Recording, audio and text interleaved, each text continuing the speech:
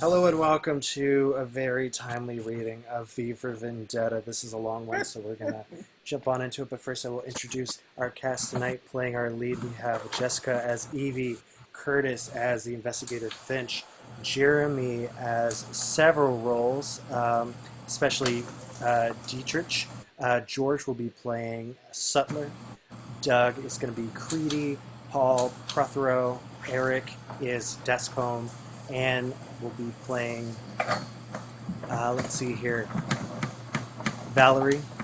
Travis is playing Etheridge and Lilliman, and Logan will be our action description, and Dominic, and pretty much everybody's also playing a ton of other parts because there are so many. So take it away, Logan. All right. V for Vendetta by the Wachowskis. Darkness. In the darkness we hear a voice. A woman's voice. Her name is Evie. Remember, remember the 5th of November, the gunpowder treason and plot. I know of no reason why the gunpowder treason should ever be forgot. The voice has a strength that is metered by calmness, a deep-centered peace that resonates in its timbre. But what of the man? In the darkness, we find a lantern. Interior cellar's night. Guy Fawkes, a dangerous-looking man who wears a goatee, is struggling with a wheelbarrow stacked with barrels. I know his name was Guy Fawkes, and I know in 1605 he attempted to blow up the Houses of Parliament. The wheelbarrow bumps over a thick mortared stones that pave the cellar floor. But who was he really? What was he like? What kind of things made him laugh or cry? Had he ever been in love? From the dark throat of the cellar, we hear the bark and bay of dogs. Guy begins to panic. We are told to remember the idea and not the man because a man can fail. He can be caught, he can be killed and forgotten. Lanterns chase towards him from both sides. He barely has time to unsheath his sword before the dogs are on him. But 400 years later, an idea can still change the world. I have witnessed firsthand the power of ideas. Guy fights for his life, struggling even as he is pinned to the stone floor with a clatter of pike and poleaxe. I have seen people kill in the name of them, and die defending them. Exterior, London Tower dawn. In a square outside London Tower, a gallows has been erected. But you cannot kiss an idea. You cannot touch it, or hold it. In the crowd, there is a woman watching the only man she has ever loved being marched up the stairs. An idea will never bring you flowers or cook you breakfast. It won't sing to you or dance with you. A coarse loop of rope is snug on Guy's throat. He searches the crowd until he finds her face. Ideas do not bleed. They do not feel pain, and they do not love. They will never look into one another's eyes again, and they hold this final moment until the lever is thrown and a clap of wood and the snap of hemp, and her heart is torn away from her forever. And an idea cannot be taken from us lifelike can be. Guy's body hangs, a shadow against the gray pre-dawn light. It is not an idea that I miss. It is a man that made me remember the 5th of November, a man that I will never forget. Fade out. Fade into Evie's apartment, close on a television, where Louis Prothero, the anchor conservative host of a news program called The Voice of London, is ranting. So I read that the United States is so desperate for medical supplies, they have allegedly sent several containers filled with wheat and tobacco. A gesture, they said, of goodwill. You want to know what I think? A young woman sits in her small flat at a makeshift makeup mirror, readying herself for the most important day of her life. This is Evie. Interior shadow gallery night. Prothero continues his diatribe on another television. This dressing room is more elaborate and ornately decorated. A man sits at a large theater-style makeup mirror, placing over his face a mask.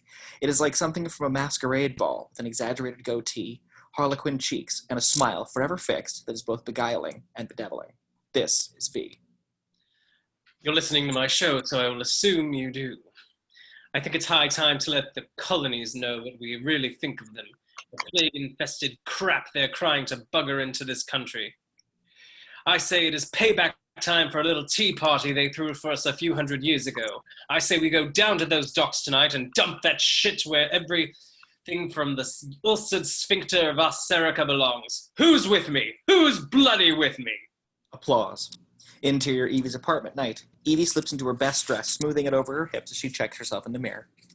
Did you like that? USA, the ulcered sphincter of Asserica. I mean, what else can you say? Here was a country that had everything, absolutely everything. And now, 20 years later, is what? The world's biggest leper colony. Why? Godlessness. Let me say that again. Godlessness. It wasn't the war they started. It was ADZ. It was judgment. Interior shadow gallery night. V pulls on his soft leather boots and matching gloves. No one escapes their past. No one escapes judgment. You think he's not up there? You think he's not watching over this country? How else can you explain how we came through? He tested us, but we came through. We made the hard choices. Interior Evie's apartment night. Evie clips her earrings on and begins brushing her hair. We did what we had to do. Islington, Enfield, I was there. I saw it all. Immigrants, Muslims, homosexuals, terrorists, disease-ridden degenerates. They had to go. Strength through purity. Purity through faith. I'm a God-fearing Englishman, and I'm goddamn proud of it. Pause. She can't stand it any longer. Quite enough of that, thank you very much. She switches off the television just as, in the shadow gallery, V switches off his TV. In Evie's apartment, Evie checks herself one last time. Around the edges of the mirror are several photographs, including one of her parents. Listen, he's a very nice man. He makes me laugh. He promised me a nice dinner, real beef, he said. I know it's late, but I've been out after curfew before. I can take care of myself. You'll know that by now. She grabs a small piece of paper from the frame in which is scribbled an address and heads for the door. Interior shadow gallery, V places a hat on his head, smoothing the brim. Not Mars' sword, not war's quick fire shall burn the living record of your memory. He turns to a bust of Shakespeare. Don't wait up for me, Bill. I intend to enjoy myself tonight. Exterior street. Evie is walking in one direction as V walks in another. Evie stops for a moment, seeing a dark figure moving towards her. She turns down a cobblestone alley. In the alley, her pace quickens. She glances back several times as she nears the end of the alley. She's not looking forward when she runs smack into a man wearing a tweed coat. Whoa! Excuse me, miss. I'm sorry, I didn't see you. In a hurry, are we? I was just... After curfew, you know. My uncle, he's very sick. Sick uncle, is it? What do you think? What do you think of that, Willie? Willie approaches from behind. Go to Bullock's, what I think. Evie knows that she's in trouble. She slowly puts her hand in her pocket. I made a mistake. I shouldn't be out after curfew, I know that. Maybe you could take care of us before getting back to your uncle. See, my friend here, well, he's kind of sick. Ain't you, Willie? Oh, yeah, real sick. Case of the blues. Here, you can feel them. He takes her hand and tries to press it between his legs, but she tears free, yanking a canister of pepper spray from under her pocket. Don't touch me. Look at that, Willie. Kitty's got claws. Willie smiles, gaps in his teeth as black as his heart. This is PDC. The two men mockingly, ooh. Ooh. It'll burn your face off. Oh, that it will. Controlled substance, you know. Class G offence. You know what that means? Pulls out a badge. It means that we exercise our own judicial discretion. And you get to swallow it. God, you fingerman. She's getting the picture. No, please, I didn't know. I'm sorry. Yet you're not. Willie watches a third fingerman slip out quietly from behind her. But you will be. By sun-up, if you're not the sorriest piece of arse in all London, you'll certainly be the sorest. She turns to run, but runs smack into a third fingerman, who twists her arm behind her back, forcing her to drop the pepper spray. Oh, God, no! Please don't do this. I'll go home. I won't do it again, I swear, please. What you think, fellas? Willie begins pulling down his pants. Spare the rod, spoil the child. The three men laugh as they force her to her knees, but as Willie stands over her, they suddenly realize they're no longer alone. The multiplying villainies of nature do swarm upon him.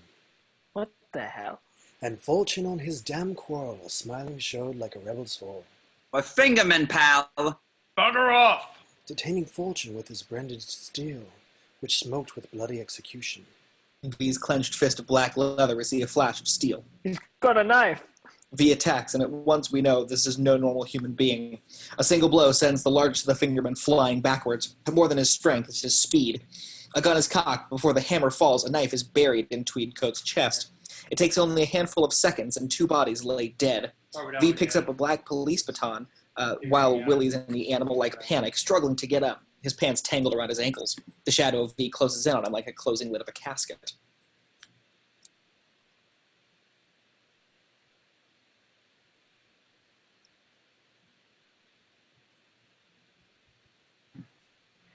Jesus Christ! Mercy! Please, mercy! We are oft to blame in this. 'Tis too much proved that with devotion's visage and pious action we do sugar o'er the devil himself. What's that mean? Spare the rod. The baton slaps down with a nasty, wet crunch. It is only when V turns to her that Evie realizes she is still on the ground. He steps towards her, and she quickly reaches for the pepper spray that fell nearby. I assure you that I mean you no harm. Who are you? Who? Who is but the form following the function of what, and what I am is a man in a mask. I can see that. Of course you can. I'm not questioning your powers of observation. I am merely remarking upon the paradox of asking a masked man who he is. Oh, right. But on this most auspicious of nights, permit me then, in lieu of the more commonplace so frequent, to suggest the character of this dramatis persona. Voila! He gestures grandly. In view, a humble vaudevillian veteran cast vicariously as both victim and villain by the vicissitudes of fate. He indicates his mask. This visage no mere veneer of vanity, it is a vestige of the vox populi, now vacant, vanished, as the one vital voice of the verisimilitude now venerates what once they vilified. However, this valorous visitation of a bygone vexation stands vivified, and has vowed to vanquish these venal and virulent vermin, then-guarded vice and vouchsafing, and the violent, vicious, and voracious violation of volition. He pauses for effect. The only verdict is vengeance, a vendetta, held at a votive, not in vain, for the value and veracity of such shall one day vindicate the vigilant and the virtuous. Verily, the viscount of verbiage veers most verbose, vis-a-vis an introduction, and so it is my very good honor to meet you, and you may call me V. He bows. Are you like a crazy person? I'm quite sure they would say so, but to whom, might I ask, am I speaking? I'm Evie. Evie. E-V. Of course you are. What does that mean? It means that I, like God, do not play with dice and do not believe in coincidence. Are you hurt? No, I'm fine, thanks to you. In such terrible times we are all in need. Yeah, well, thank you. I only played my part, but tell me, do you enjoy music, Evie? I suppose. You see, I'm a musician of sorts, and on my way to give a very special performance. What kind of musician? Percussion instruments are my specialty, but tonight I intend to call upon the entire orchestra for this particular event, and would be most honored if you could join me. I don't think so. I think I should be getting home. I promise you it will be like nothing you have ever seen, and that afterwards you will be home safely within the hour. There's something magnetic in his voice. All right. Exterior roof. It's a gorgeous view of the London cityscape. The Old Bailey and Madame Justice figure prominently. Gosh, it's beautiful up here. A more perfect stage could not be asked for. I don't see any instruments. Your power of observation continues to serve you well, but it is not with drum nor trumpet with which I shall embed my music upon the memory of yonder slumbering bird. But first, With the alacrity of a magician, he whips out a conductor's wand from his sleeve. the overture. He steps to the parapet. It is to Madame Justice that I dedicate this concerto. In honor of the holiday she seems to have taken from these parts, and in recognition of the impostor that stands in her stead. Statue of Justice stands, a marbleized symbol of imperviousness.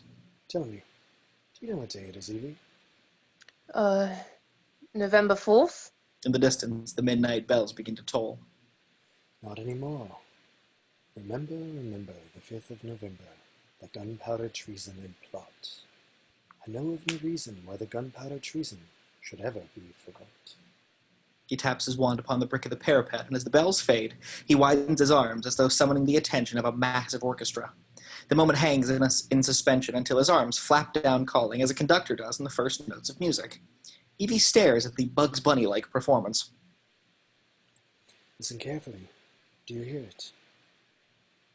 I don't hear anything. His wand continues, trying to coax music from the silent city, until we hear strings so soft as it seems imagined. Wait, It rises as a mist from the depths of the city. I hear it. It continues to swell until we recognize the opening bars of Tchaikovsky's 1812 overture. The music is rich and powerful, swelling in like a deep breath that fills the chest. Evie rushes to the parapet, trying to locate the source. On the streets, the emergency siren located at the top of the street lamp sings to the empty street below. In a tenement window, a little girl with thick glasses opens her alley window overlooking another singing megaphone at the top of the telephone pole. Mommy, it's music! Outside! They're playing music! Exterior street, night.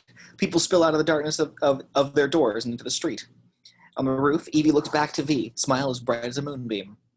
How did you do that? We all have our gifts, Evie. Incredible. But this is... Wait, here comes the crescendo. The music climbs to its inexorable climax as... Kaboom! Madam Justice explodes, her scales vanishing in a cloud of angry fire. The music rises again, cymbals crashing as the Old Bailey is suddenly leveled by a series of thundering explosions. Beautiful, is it not? Evie cannot believe what she is seeing as two landmarks, buildings that have helped define the face of London for centuries, crumble and disappear into billowing clouds of smoke and dust. As the deafening roar begins to fade, a final denouement sparks high above the night sky. Evie glances up as the firework credits the man responsible with a single sparkling letter. V. Eyes wide with awe, she turns to him, but he's already gone. Ring? Ring? From every direction, she hears the sound of sirens. Interior, Chancellor's cabinet room, day. Large double doors burst open as Chancellor Adam Sutler barges into a conference room adjacent to his office. A military detail shuts the doors behind. About 4 hours, gentlemen. You better have results. Creedy. Peter Creedy, a government guard dog, has been up all night, his eyes red as if stained by the scent of blood.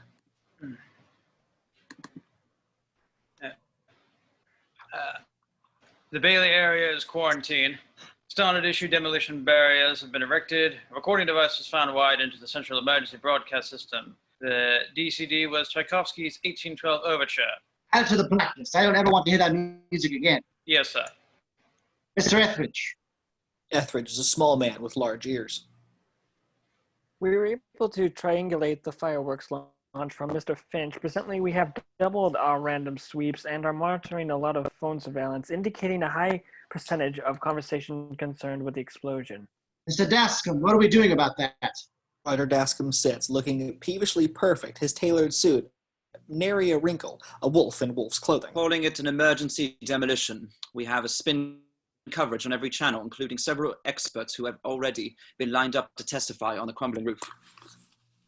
I want Prothero to speak tonight on the dangers of these old buildings and how we must avoid clinging to the edifice of a decadent past. Perhaps you should conclude that the new Bailey will become a symbol of our time and the future that our conviction has rewarded us. Great, sir. Great. Make sure he mentions that construction plans have already been completed. Mr. Heyer. Conrad Heyer, a man who is difficult to even notice, nervously hands Sutler an envelope with several photos inside. All surveillance cameras captured several images of the terrorists through the mask. Obviously makes retinal identification impossible. The ghost white mask seems to smile up at the camera. Rubbish. He crumples the picture and throws it away. Beneath it is a picture of Evie. We also managed to get a picture of the girl that Creedy's men were detaining. Who is she, Mr. Finch? Chief Inspector Finch sits slightly apart from the others. I'm not sure yet, but we are working on several leads. Anything else? We located the fireworks launch and found traces of explosives used at both sites. Unfortunately, it appears that despite the heavy level of sophistication, these devices were homemade with over-the-counter chemicals, making them very difficult to trace. However, he is, Chancellor. He's very good. Save your professional annotations, Mr. Finch. They are irritating and irrelevant. Apologies, Chancellor. Gentlemen, this is a test. Moments such as these are matters of faith. To fail is to invite doubt into everything we believe, into everything we have fought for. Doubt will plunge this country back into chaos, and I will not let that happen. Last night, someone did the unthinkable. Someone hurt us. It is imperative that our response be swift and decisive. I want this terrorist found, gentlemen, and I want him to learn what terror really He looks means. specifically at Creedy, then stands. England prevails. A chorus of England Prevails answers. Prevails. Exterior Jordan television tower day. A modern skyscraper with a towering antenna jutting out at its peak. Interior news studio. Two perfectly pleasant, smiling faces, one male, one female, sell the morning news. The set simulates a casual atmosphere. The male news puppet grins with effortless plasticity. On the lighter side of things, seems that the crew responsible for the demolition of the Old Bailey wanted to give the old girl a grand, albeit improvised send-off. Though the demolition had been planned for some time, the music and the fireworks were recording to the crew chief definitely not on the schedule. Both news puppets chuckle. Interior control booth day. Dascom's assistant Patricia whispers to him as the news puppets wrap up the show. You really think people will believe that? My dear, this is FBBC. Our job is to report the news, not fabricate it. That's the government's job. She smiles. When His Highness drags his flabby ass in this morning, I want him in my office immediately.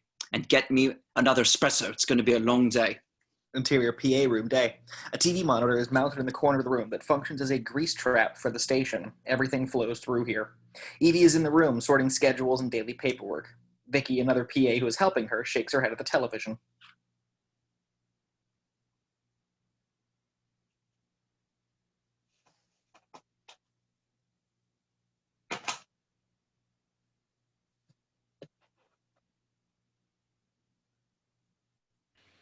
I'm sorry, where are we at before we start? Do you believe in the bloody load bollocks? No bleeding demolition. I saw it. The whole thing. Everyone in my flat did. Jessie said it was one of the Americans on the account of them being crazy with ADZ. Bollocks is what I said to her. Did you see it? No, last night I was. Oh, that's right. You went to Mr. Dietrich's, didn't you? Come on, spill. Before Evie can answer, Patricia hurries into the room.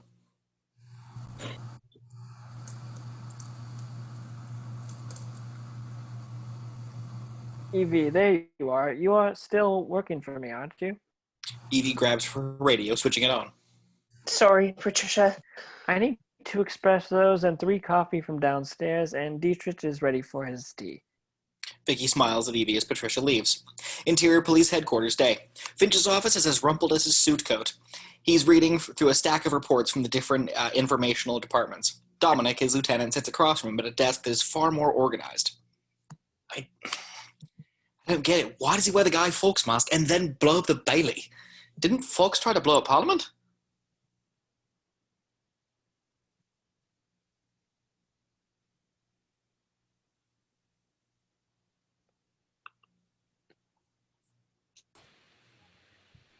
It's not too late. He's still got another 20 hours. Maybe he's just getting started. The phone rings and Dominic answers it, while Finch stares down at a photo of V with his devilish grin that seems to stare back at Finch. Dominic slams the phone down, jumping up from his desk. Got a lead on the go. Finch drops a photo and leaps after him. Interior Dietrich's office. Gordon Dietrich is an older man who is hired by the government to produce a daily variety show. Despite heavy censorship, he manages to make it funny, and as a result, he is successful, as his office proves. He is, like a good producer, always on the phone. Look, don't get me wrong, I love it. A cow getting crucified, it's hysterical, but we're never going to get it approved. Evie enters carrying a tray with tea service. You gotta rewrite it, okay? Gotta go. He hangs up as Evie sets the tray down. He crosses to her. Glad to see you. Can I still get a cup of tea around here? Mr. Dietrich? Gordon, please. I don't need Mr. to make his body feel any older. Gordon, I was on my way last night, but there were fingermen and I got a little scared and went home. Just as well. Last night was crazy, wasn't it? Evie nods as her radio crackles.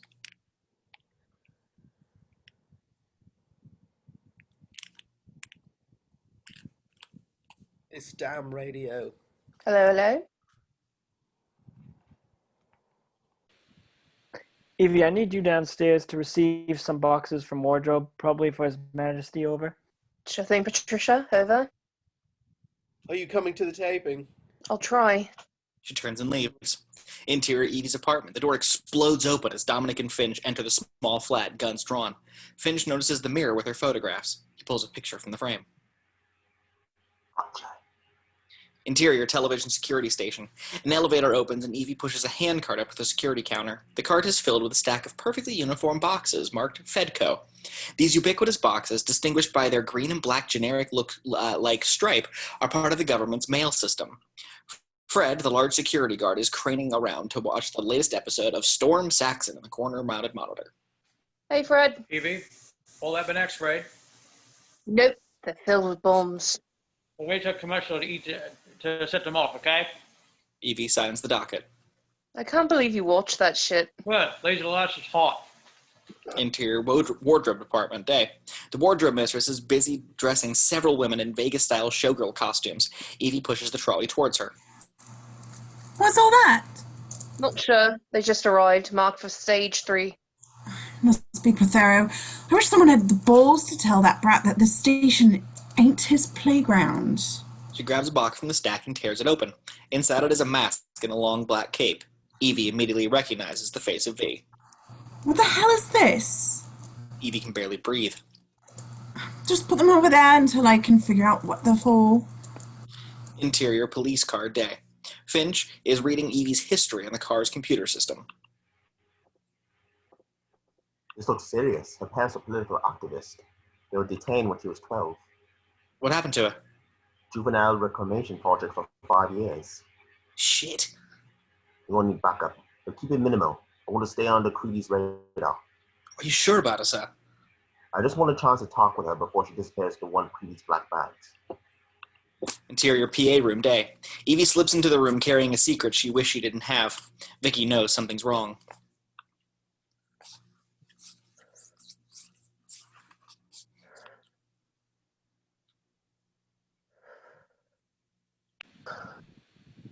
What is it? What's happened? I don't feel well. I think I have to go. Interior television security station day.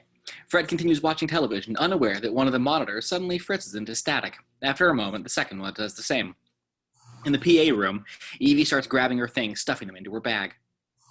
Was it Dietrich? What did the old pervert say? No, nothing like that. I just have to go. She goes. Interior television security station. Fred finally notices several screens lost in the snow of static. The hell? Ding! The elevator door opens. A white mask borne upon a gray cloak glides out. What's that?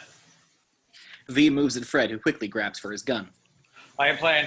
You show me ID or I get Storm Saxon on your ass. V opens his cloak, revealing rows of dynamite sticks strapped to his chest, the detonator in his hand. Fuck all. The smiling mask nods. Exterior Jordan Tower day. Finch arrives with several flashing police cars. In the news studio, everyone is frozen as though playing a game of Statue Maker with only V and Fred in motion. V is floating with his detonator held out. Fred is in front of him, pushing Evie's handcart full of Fedco boxes. In the the television security station, Evie hurries towards the elevator. Her gut clenches again as she realizes that Fred is gone and the room is eerily empty. She hits the elevator button just as, in the news studio, V reaches out and pulls the fire alarm. In the Jordan lobby, the alarms blare and the elevator is shut down. The police all reach for their guns. You two cover these elevators. The rest of you follow me. In the news station, V drives a heavy hex bolt through an electric drill through the metal door and into the jab, sealing it shut. In the television security station, people begin flowing into the halls, Evie immediately being caught up with them. In the hall, Dascom charges through the door just outside of the main news studio. There's a small crowd outside the door. What in the bloody hell is going on here? It's jammed! Break it down! In the main hallway, Evie is swept along with the flowing towards the stairwell as Finch and his cops push out through the door, fighting against the tide. He edges along the wall until he sees her.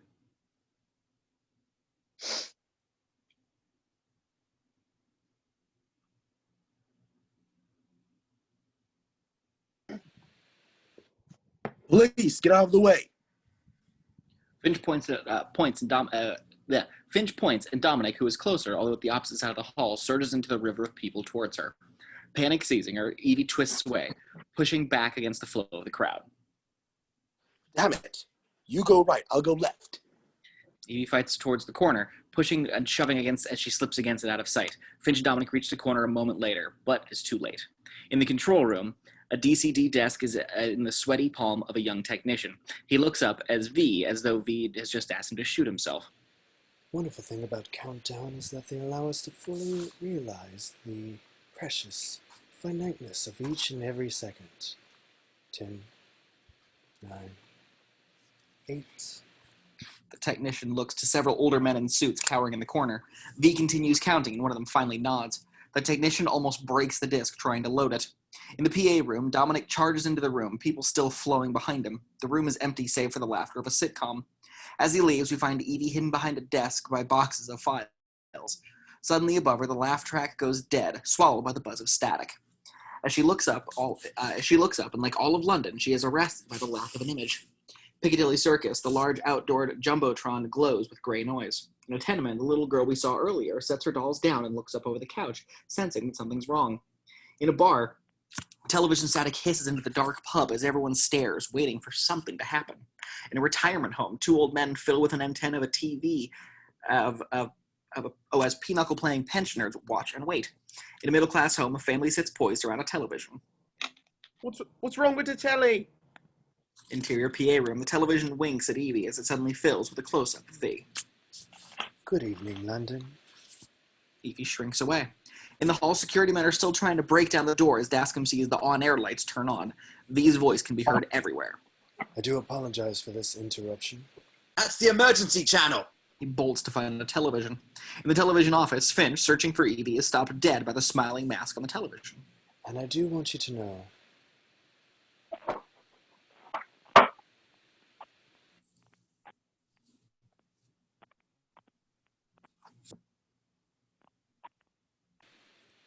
Bloody hell. In the middle-class home, they stare at the television. That I understand the comforts of the everyday routine. Mama, who's that? Mama! In a retirement home, the pensioners look blankly through their bifocals. The security of the familiar. In the bar, the alcohol-inured stare wordlessly. The tranquility of television. I enjoy them as much as any bloke. Exterior Piccadilly Circus. V's face looms over the urban landscape. But in the spirit of commemoration, whereby those important events of the past, usually associated with someone's death, or at the end of some awful bloody struggle, are celebrated with a nice holiday. Interior VTV. V sits behind a generic desk. The logo behind him consists of the letter V and a circle spray painted over the FBBC logo. I thought we could mark this November the 5th, a day that sadly is no longer remembered, by taking a day out of our daily lives to sit down and have a little chat. Interior Sutler's office. The double doors open as Sutler's assistant enters. Chancellor, sir. I'm sorry to interrupt, but I think you'd better see this. Behind him, V continues speaking on the conference television. There are, of course, those who do not want us to speak. In the television office, several guards and Patricia stand waiting, watching the television and Dascom, who's pacing in front of it. Let me think. I suspect right now orders are being shouted into phones and men with guns will soon be on their way. A cell phone rings and Patricia answers it. It's Chancellor Sutler. Damn it! In the hall, V's voice echoes through the hall as two big cops try unsuccessfully to force open the door with a crowbar. Anything and everything will be done to stop me from talking to you. Television security station. Finch stands alone, watching the monitor in the corner as Dominic runs up. We're gonna need a torch. Finch nods, listening to more V. Why? Because while the truncheon may be used in lieu of conversation, words will always retain their power. The PA room, Evie stands transfixed, feeling as if he were talking directly to her. Words offer the means to meaning, and for those who will listen, the enunciation of truth. Interior Sutler's office. Sutler's on the phone. You designed it, sir. You wanted it foolproof. You told me every television in London. Sutler screams and slams the phone down as V stares accusingly. The truth is there. There's something terribly wrong with this country, isn't there? Yes, Creedy. Exterior, Finger headquarters. Creedy stands behind a tactical military transport as dozens of heavily armed men jump inside. Cruelty and injustice, intolerance and opposition. Television security station. Policemen haul a large acetylene torch from the elevator. And where once you had the freedom to object, to think and speak as you saw fit. Almost reluctantly, Finch follows them. Interior television office day. Uncharacteristically rattled, Dascom yanks his jacket off. You now have sensors and systems of surveillance, coercing your conformity and soliciting your submission. Suddenly, Dascom has an idea. Cameras. Need cameras! Interior VTV. He opens his hands as though asking the camera. How did this happen? Who is to blame? Certainly there are those who are more responsible than others, and they will be held accountable. But again, truth be told. Interior PA room. Evie's reflection can be seen in the screen of the television. If you are looking for the guilty, you need only look into a mirror. In the middle-class home, the parents continue to, their child growing bored. I know why you did it. Mom, I want to watch Storm. Mom. Shut up! Interior retirement home. The old people have put down their cards. I know you are afraid. In the tenement buildings, the little girl stares at V, mesmerized. Who wouldn't be?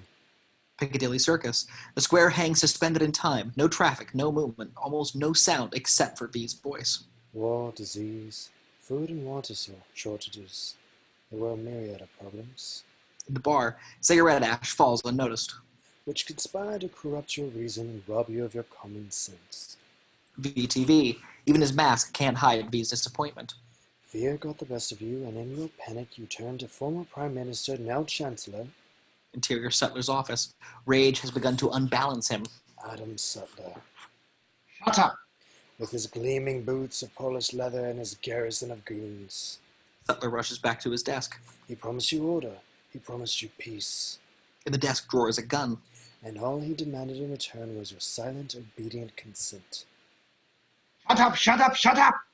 He charges into the room, firing, blasting bullets into the face of the televised V. VTV. V remains unperturbed. Now that's true. If it was just a mistake, how can that which has been done be undone? How indeed. In the PA room, two policemen enter and Evie freezes, her breath snatched away as they search.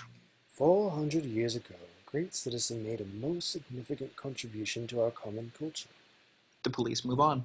In the hall, Finch watches as they slowly cut the door lengthwise. They are halfway through. I don't want to find a go. Dominic, who's on his radio, shakes his head. Although forged in secrecy and stealth, this contribution is best remembered with noise and bright light. Molten metal spits the center of the fireworked flame. At VTV, V leans forward. Last night, it was my intention to remind this country of what it has forgotten. It was I who serenaded you with the sounds of Dostoevsky, and it was I who was responsible for the detonation of Old Bailey. I did it to inaugurate a year of remembrance, a year during which I hope to see a return of justice and an end to tyranny. But it cannot be done alone. That is why I am here, to offer you a second chance. I have come to ask you to join me, to end your complicity, 1 year from now, at the gates of Parliament, where you must bear witness to the fulfillment of a 400-year-old promise. I am asking you to stand beside me when their walls come tumbling down, with all manner of sound and fury signifying nothing less than our emancipation from a government that has gone wrong, a government that has forgotten itself as well as the power of truth. Interior hall. The door almost cut. Dascom arrives with a small video crew. What are you doing? Job. For now, I will bid you adieu. In the PA room, E grabs a set of keys from the rack on the wall and bolts. Until the 5th of November, when I hope that we all once more remember. In the hall, the torch slices through the last of the heavy soundproof door, and the police kick it in. A thick cloud of fog belches into the hall. It is too much smoke to be caused by the torch. Finch tries to peer through the studio, but it has vanished beneath a thick blanket of fog. In the quiet created by the absence of V's voice, a hum of a small engine can be heard. Kerosene fog. He's using our smoke machine. Finch whispers to Dominic. Come at the exits. Dominic nods and leaves.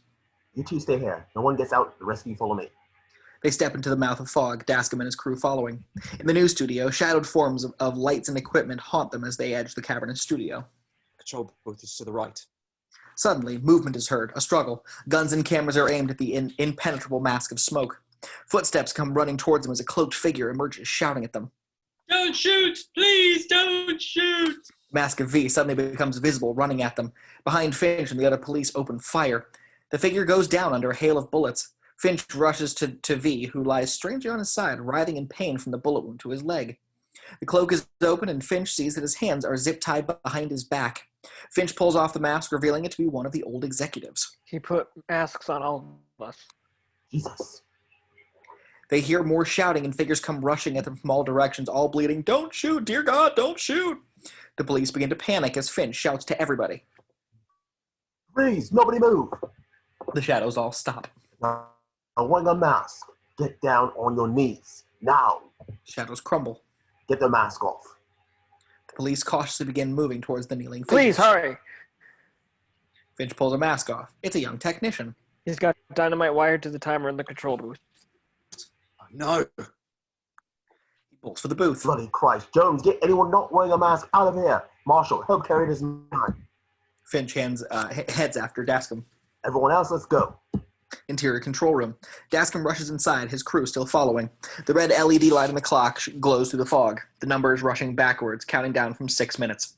Wires snake down from an open panel to a vest of dynamite that V has been wearing. Good God.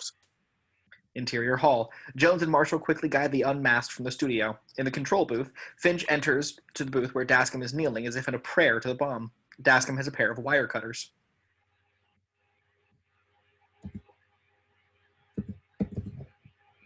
Ah. Script. That's good. Do you have any idea how long it would take to rebuild this station? You know what you're doing. You better pray that I do. Interior hall. Jones is about to go back when he hears. Wait! Don't shoot! Wait for us! 2 more Vs come rushing to the door. Jones jumps back, aiming his gun at the same time as the 2 other guards. The first V lurches into the hall, scattering back the police as the second V stumbles awkwardly, his hands fixed behind his back as he falls to the ground. Yelling. Shoot, they got us him, shoot. Standing V spins around the cops as they aim to fire.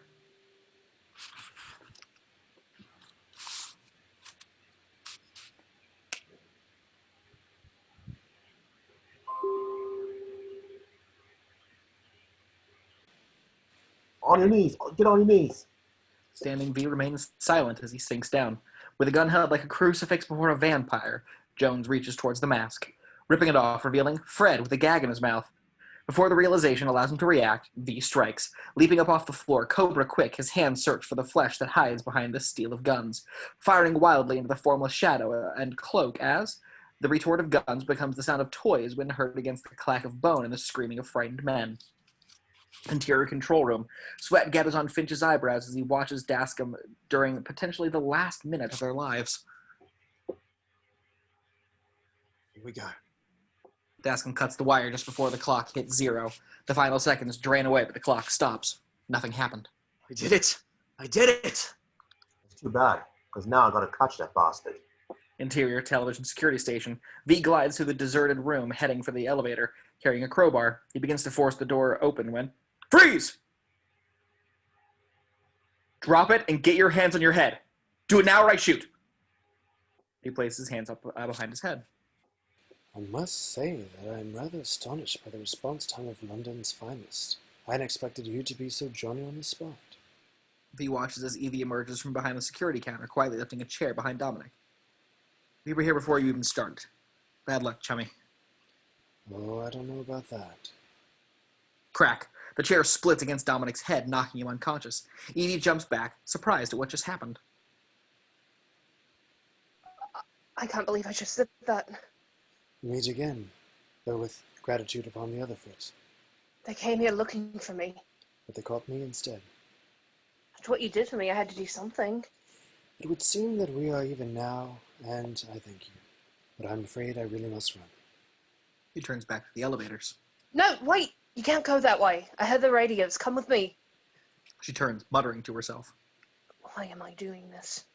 V follows, his mask smiling. Why indeed? A moment later, Finch arrives, finding Dominic on the ground. He grabs a radio from the trailing policeman. This is Inspector Finch. We have a man down and need medical attention. Stay alert. The terrorist is still at large. In Prothero's office, the power of stardom has survived the horrors of the future. The suite gleams with marble and finishes of precious metal. There is nothing that is not the most expensive of its kind. Evie leads V, her eyes darting about. It's Prothero's office. You know Prothero? Oh yes, the voice of London. Biggest shagging asshole you'll ever meet. This is his private elevator. Exterior Jordan television tower. The military transport screeches to a halt among the flashing police cars already packed. Heavily armed men burst down the double doors. Creedy, his face squeezed like a fist, gets out of an unmarked sedan addressing his sergeant. I want this building surrounded immediately. In the private garage, the elevator opens. V and Evie entering Prothero's private space in the building's garage. There's a separate exit over there. Freeze! Two cops leap out, guns trained on V and Evie as they stop. Let me guess. Hands in the air. With the slightest flick of his wrist, a flash of metal spins through the air and embeds itself into the arm of cop number 1, who fires, missing even as V is moving, closing fast, another knife filling his hand, while cop 2 turns towards him, leaving Evie unwatched, enabling her to throw herself at him, knocking him off balance. Cop number 1 screams as V swallows him, his cloak like a moth filled with glinting metal teeth. Cop number 2 twists free of Evie, his elbow cracking across her face, dropping her to the ground as he spins to find V, but finds a knife instead. V stands again, alone, a seemingly passionless mask staring down at the unconscious Evie.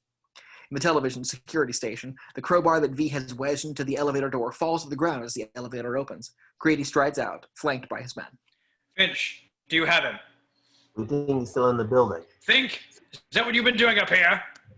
Grady's sergeant gets a call, handing in the radio. Bravo 1. Bravo 1. This is Creedy. You got something? In the private garage, military men stand over the two fallen cops. Yes, sir, but you're not going to like it. V and Evie are gone. In Sutler's office, Day, two maintenance workers lift the murdered television set and put it onto a trolley. This is a nightmare. What has happened on your watch, what you have just allowed to happen, is a goddamn disgrace. Sutler storms around his desk, railing at the tiny, undefended intercom. He made an ass of you. You understand that? He made asses of all of you, which means he made an ass of me. He made an ass out of this government. And he did it in front of the entire goddamn country. Do you comprehend the magnitude of your failure? He took our credibility. He took our respect. And I want to know just what the hell you're going to do with it, to get it back. Chancellor, sir? Ask me, you better be offering something more than an excuse. Yes, sir. I think I have an idea. In the news studio, the male puppet sits behind, puts on his grim face as the red camera light blinks on. We are interrupting your regular scheduled programming to bring you this terrifying report of a terrorist takeover which ended moments ago here in Jordan Tower. In the middle-class home, the banner logo in the corner of the television reads, "Crisis at Jordan Tower." A psychotic terrorist identified only as the letter V attacked the control booth with high-powered explosives and other weapons that he used against unarmed civilians in order to broadcast a message of hate. In the bar. We have just received this footage of a daring police raid. In the retirement home, handheld grainy footage from Dascom's camera crew, we see exclusive V being shot. This is only an initial report, but at this time it is believed that during this heroic raid, the terrorist was shot and killed. The tenement building, the little girl frowns. Again, from what we have been told by authorities, the danger is now over, and the terrorist is dead. Box. Grabbing her doll, she leaves the room. In V's guest bedroom, Evie wakes with a dull throbbing pain as though someone were rapping against her temple with a rubber mallet. She reaches for her head and finds a cold compress covering a small red welt where she was hit. As she touches the bump, the memory of what happened rushes back to her. She looks around, realizing she's not in her bed, let alone her apartment.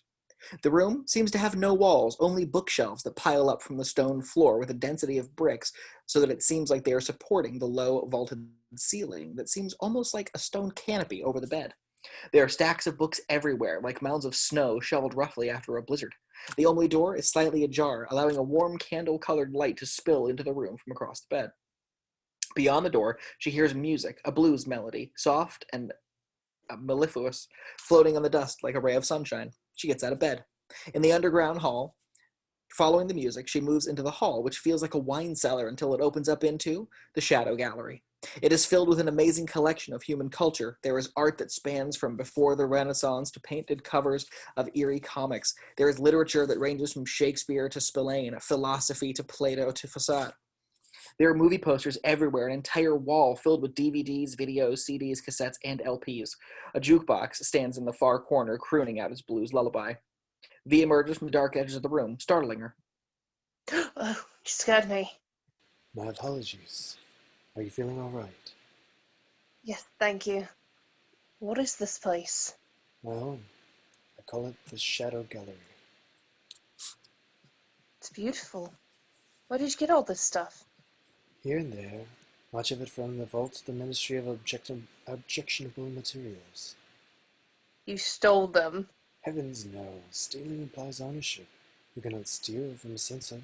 I merely reclaimed them. God, if they ever find this place. I suspect that if they do find this place, a few bits of art will be the least of my worries. You mean after what you've done? Oh God, you killed that policeman. Today's events suddenly take the floor out from under her. I saw you do it. I helped you. Yes, you did. I hit that detective with a chair. Thanks again for that. Oh my God, what have I done? You did what you thought was right. No, I shouldn't have done it. I must have been out of my mind. If you hadn't done it, someone else might have died. Someone who might have been me. She looks at him, feeling in her bones that the man behind the smiling mask is exceptionally dangerous. I have to get out of here. I have to go. May I ask where? Home. I have to go home. You said they were looking for you. If they know where you worked, they certainly know where you live. I'm afraid that home is no longer an option for you. I have friends. I could stay with them. I'm afraid that won't work either. He turns away from her. I want you to understand, Evie, that I did not want this for either of us, but I couldn't see any other way. You were unconscious, and I had to make a decision. If I left you right now, you would be in one of Creedy's interrogation cells. They would imprison you, torture you, and in all probability, kill you in the pursuit of finding me. His words fall like a death sentence. After what you did, I couldn't let that happen. I picked you up and carried you to the only place I knew that you'd be safe, here, to my home. I won't tell anyone, I swear. You know you can trust me. I'm sorry, but I can't take that risk. Have you ever been tortured? People say things they believe they never would. But I don't even know where this is. We could be anywhere. You know it's underground. You know the color of these stones. That would be enough for a smart man. What are you saying? That I have to stay here? Only until I'm done. After the 5th, I no longer think it would matter. You mean a year from now? I have to stay here for a year. Would you have preferred Creedy's detention cell? I don't want either. I want to go home. I want my life back. I want this nightmare to be over. I know this is difficult, but I swear to you, you will be well cared for. No! She bolts for a large wooden door, seizing the handle only to discover it's locked. She pounds her hand against it. I'm sorry, V. I just didn't know what else to do. You should have just left me alone. Why didn't you just leave me alone? With tears already blurring her vision, she runs to her room, slamming the door behind her. V stands alone amongst the treasures of the past, listening to Evie sob. In V's kitchen, a toad in the hole sizzles in butter. A hand reaches in with a spatula. The hand is horribly scarred, as if from severe burn damage.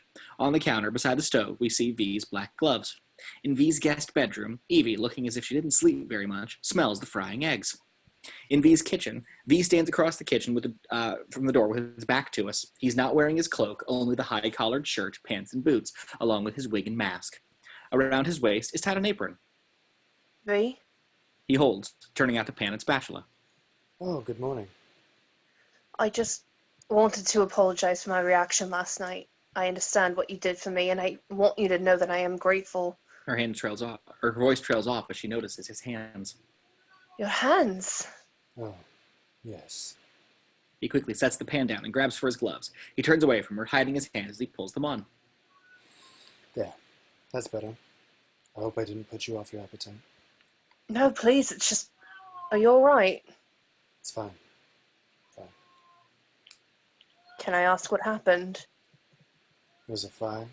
A long time ago. Ancient history for some. Not a really very good table conversation. Would you care for a cup of tea and some eggs? Yes, thank you. I'm starving, actually. She sits at a small breakfast table and he sets the plate down before her. Please enjoy. I've already eaten. The eggs are hot in her mouth. It's delicious. Good. Oh, God, I haven't had real butter since I was a little girl. Where'd you find it? A government supply train. It was on its way to Chancellor Sutler. She almost chokes on it. You stole it from Chancellor Sutler. You're insane. I dare do all that may become a man, who dares more as none. Macbeth. Very good. My mum, she used to read his plays to me, and ever since I've always wanted to act, be in plays or in movies. When I was 9, I played viola in Twelfth Night. I never felt so alive, like anything was possible. She smiles. I must tell you that you have the most remarkable smile. You certainly brought the night to life for me yesterday. His sincerity makes her a bit uncomfortable. Thank you. Can I ask you about what you said on the telly? Did you mean it? Every word. You really think blowing up Parliament is going to make this country a better place? There's no certainty, only opportunity. Well, one thing I'm certain of is that if anyone does show up, Creedy will blackbag every one of them. People should not be afraid of the government. Government should be afraid of their people.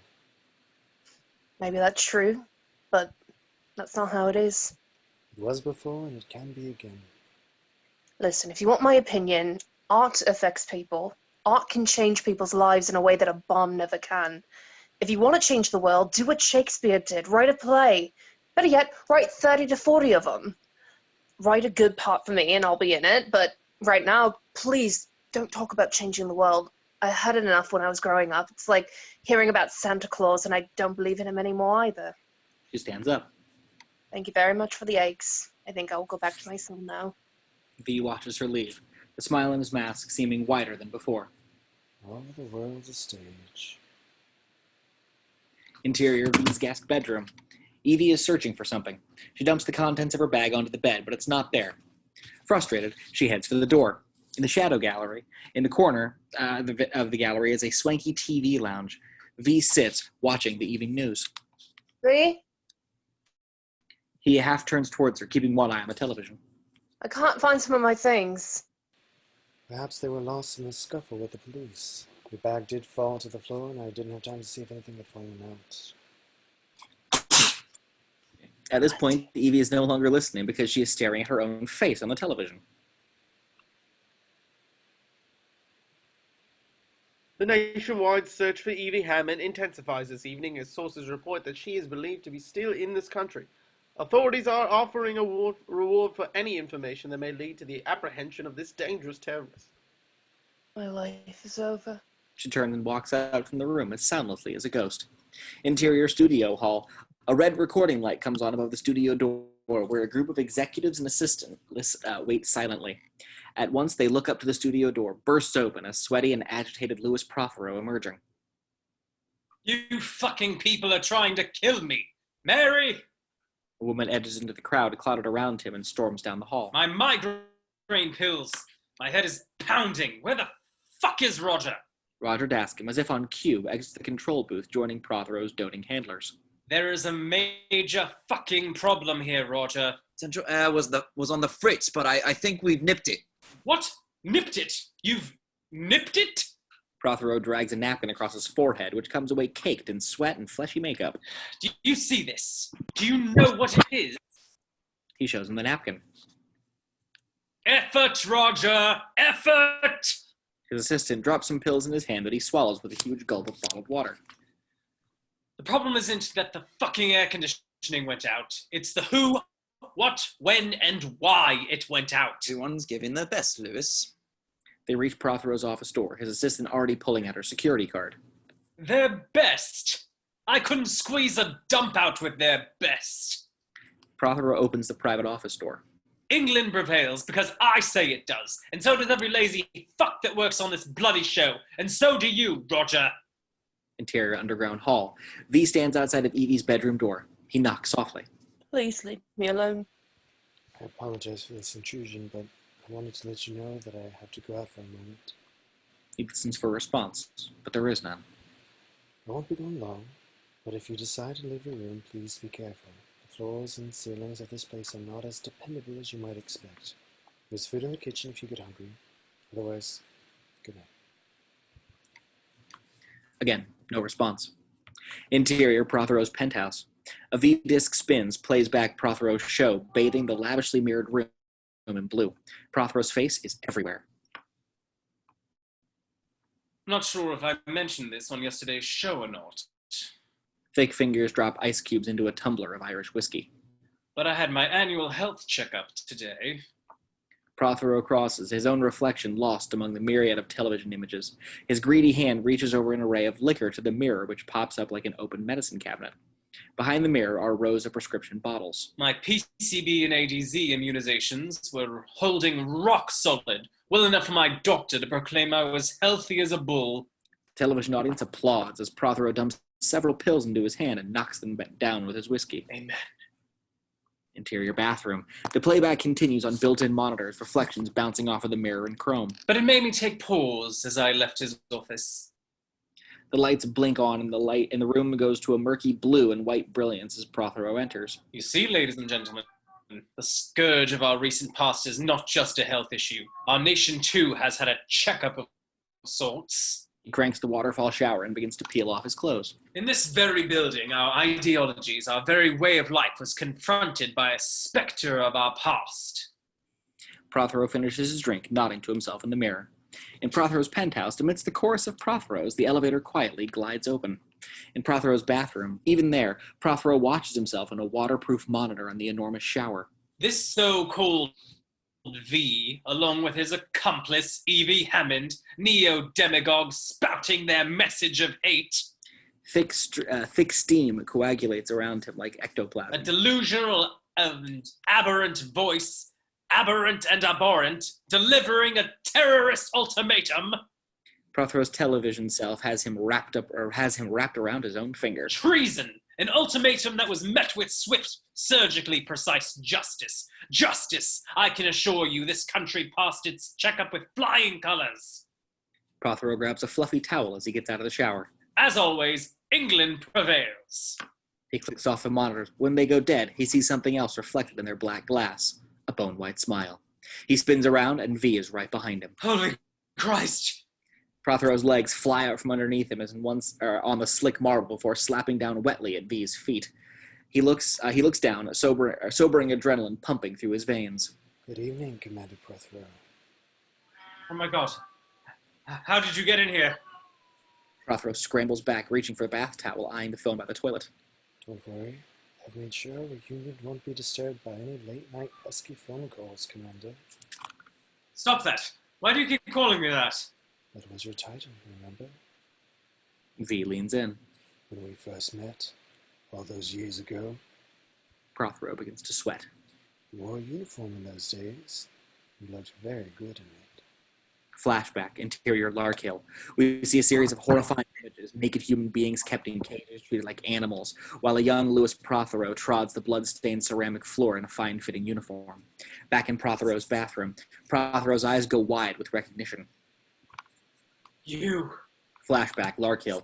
A faceless silhouette is set against the howling inferno of flame. Back in Prothero's bathroom, horror freezes on Prothero's face. It is you. The ghost of Christmas past. Interior underground hall. Evie's door cracks open and she sticks her head out. V? She waits and then calls again louder. When no one answers, she steps out of her room. Interior shadow gallery. She tries to open the main door, but it's locked. In V's kitchen, there is another large door at the back of the kitchen, but it too is locked. In the underground hall, a door across from her door opens with a large click. Interior V's office. It's a small room with a collection of wooden desks. On one desk, there is a laser printer methodically printing out mailing labels. On another desk, there is a thick London telephone directory open to the V's. Beside that, a laser scanner. Evie flips through the first part of the directory. Most of the names have been blacked out with marker. Many, however, are highlighted with yellow. She flips to the H's and finds her own name, and it's lined with yellow. When she turns back to the door, she finds V standing there. You still up? I couldn't sleep. Perhaps this will help. He hands her a present wrapped in simple tissue paper. What's this? A trifle. Something I thought might help your spirits. She opens it and finds a beautiful old copy of Twelfth Night. V, thank you. That's very kind of you. Life isn't over, Evie. A year from now, I suspect you will feel it's just beginning. Right now, I can't see that. I know. She steps past him. Interior, Finch's flat. Night. Go ahead.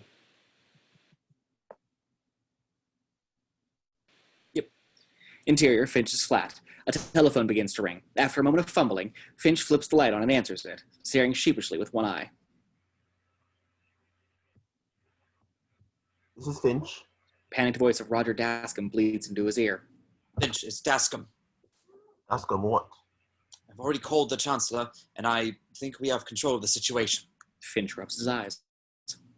What situation? Interior, Prothero's penthouse. Night.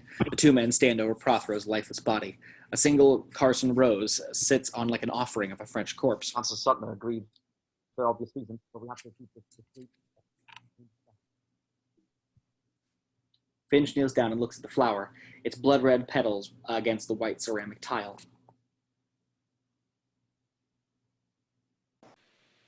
Stroke? No, too horrific. No, quite dignified death in his sleep. Green foam bubbles from his nose and mouth, empty eyes fixed. Better ratings. Interior hall. V knocks politely. I thought you might be getting hungry, so I made you a little dinner. After a moment, she opens the door. In the shadow gallery in the middle of the room, a beautiful table is set, including a single glowing candle. It's very nice of you. I promise you'd be well cared for. He pulls her chair, and she sits down as she notices the table is set only for one. Would you like some music? Actually, if you wouldn't mind, do you think you could turn on the telly?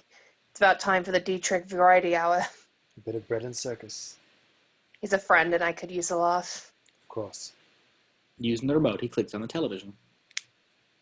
Fans nationwide have been devastated as news of the most popular. He starts to change the channel. Wait, what's this?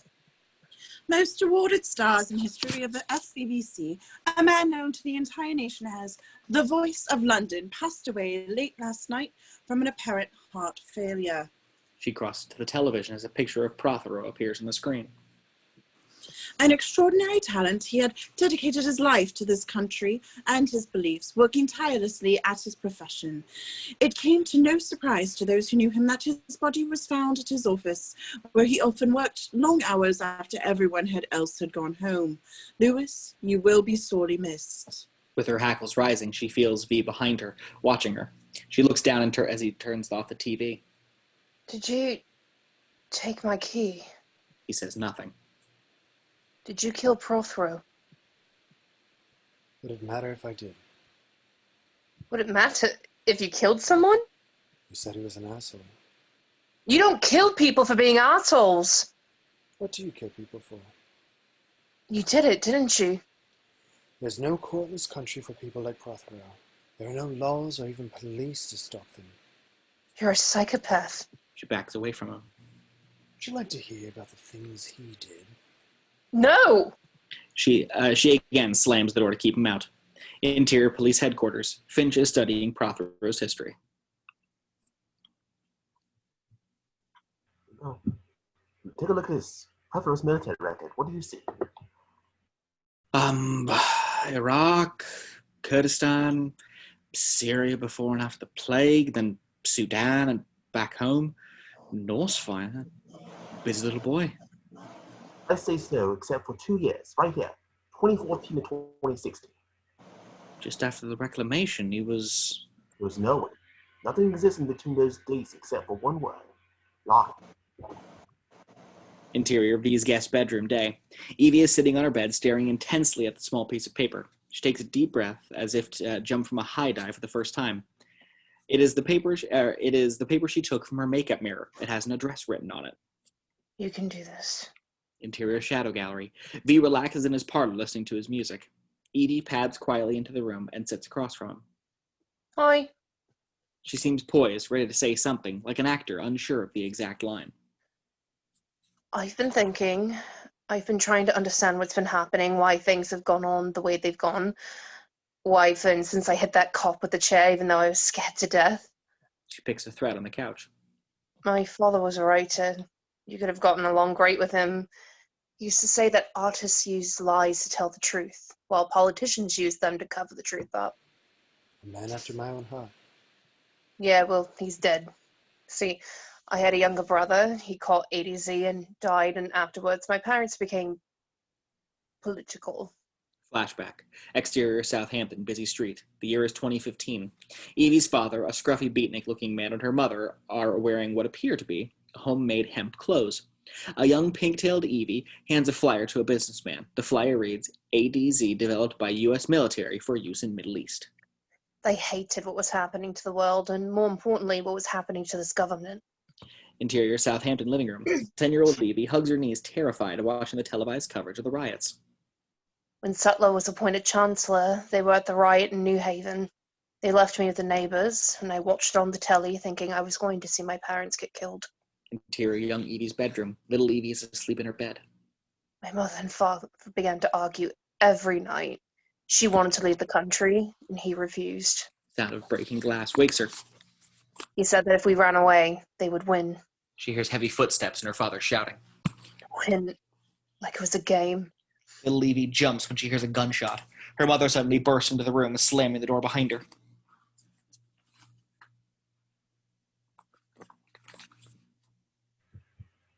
Evie, quick, hide under the bed. Little Evie scampers under the bed just as soldiers break into the room, knocking her mother to the floor. They quickly pin her arms behind her back, fastening them with plastic zip ties. Evie is so terrified that she's unable to breathe, managing only tiny mouse-like gasps as she begins to hyperventilate. Her mother looks straight at her just before a shiny black bag is slipped over her head. Little Evie screams and flashlights stab under the bed as the soldiers find her. In the shadow gallery in the present, it is not something she talks about. I never saw them again. It was like those black bags erased them from the face of the earth. I'm sorry, Evie. I know this world is screwed up. Believe me, I know it better than most. A part of me wants so bad for the world to change, but another part of me is afraid if it does, it'll be for the worst. The mask seems to tilt down with compassion. I was just hoping that you'd understand why I would ask at this point. If there's anything I can do to help during this year, please let me know. I will. Thank you. Interior Police Headquarters Day. Finch is watching a recording of VTV when Dominic returns with lunch. Hey, yo, Inspector. Spam on Pumpernickel. They're back from Cree's office on Rockhill. Yeah. So they had nothing. Nothing.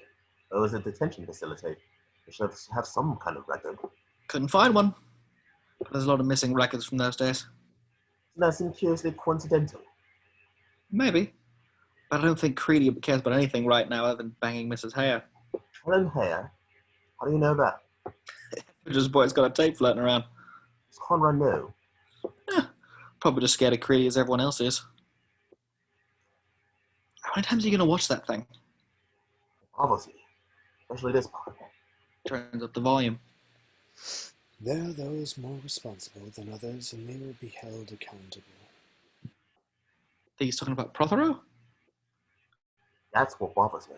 If he is, the real question is, who's next? Well, if we're lucky enough, maybe it'll be Creedy. Interior hotel room. Creedy screams a guttural animal sound that is uncertain whether he's being stabbed or if he just had an orgasm. He falls face down onto a pillow, and we conclude it's the latter.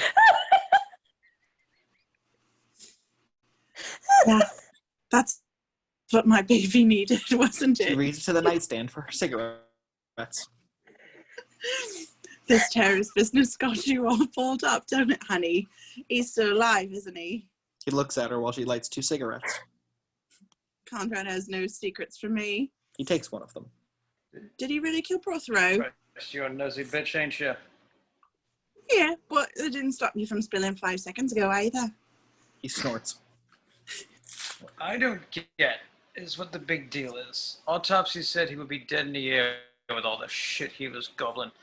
Makes me sick to my stomach, pillheads like him. Good riddance, I say, but not Sutler. I ain't seen Chauncey this pissed in years. What's going to happen? All the shit that went down at Jordan Tower, I'd say old Roger Dodger's days are outnumbered. Interior V's guest bedroom.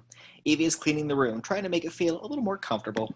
Fabric hangs around the bed and over the crumbling brick wall in the corner, softening and warming the room. She is scrubbing layers of dust from a mirror above the bureau. As she does, she uncovers a Latin inscription carved into the frame of the ornate mirror. Vivere veneversum vivus vici. V steps through the open door reflected in the mirror.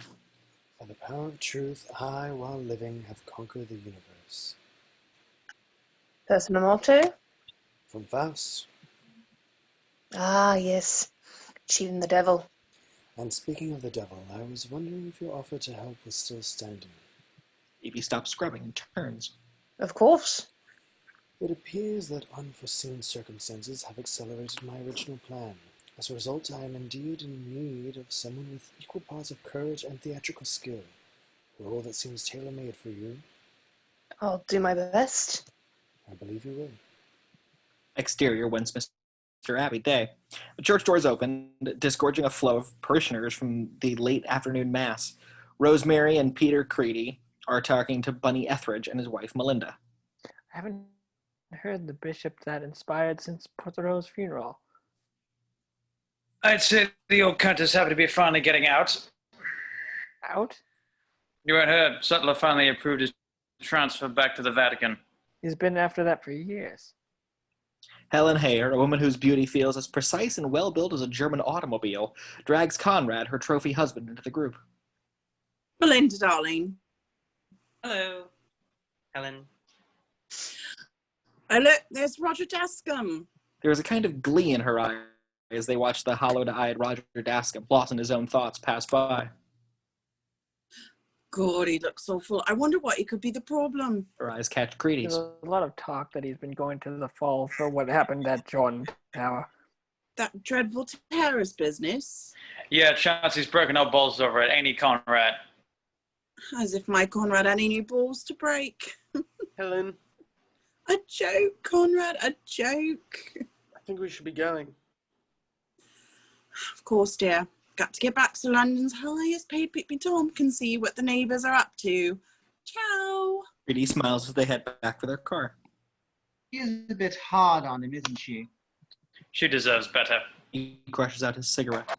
Interior, Westminster Abbey, day. A hand holds back a plush curtain, watching as Rosemary follows Creedy like a dog down the stairs.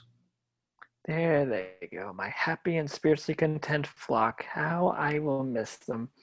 He lets go of the curtain, turning back into the room. Let's be honest, shall we? I won't miss them at all, will I, Dennis? The bishop pours himself another large glass of wine into a jewel-encrusted chalice.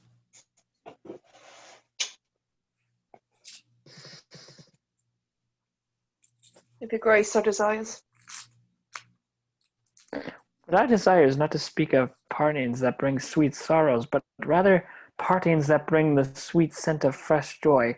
Tell me, has the young lady arrived? Yes, Your Grace. However, there was some confusion at the agency, and they've sent a new girl, who I'm afraid is a little bit older than usual. Older? Oh dear, not too old, I trust. No, that is for Your Grace to decide. Ah, well, if Job could bear his challenges, I suppose I must shoulder mine. He drains the goblet. Let me to her. Interior, Lillowman's quarters, day. The bishop's bedroom is furnished somewhere between plush and pimp. Evie stands nervously wearing pigtails, a pink frilly dress, white ruffled socks with Mary Jane's. Oh my. Evie curtsies. Your grace. To think that I doubted your loveliness for an instant. Meculps, my child, Meculps, you are a vision, an angel. Thank you. Please, come sit with me. Exterior, Westminster Abbey. Against the slate gray sky, a dark cloaked figure leaps onto the roof of the rectory. Back in Littleman's quarters, they are sitting on the bed. Why don't you let me help you with your dress, my child? He reaches for her, but she brushes him back.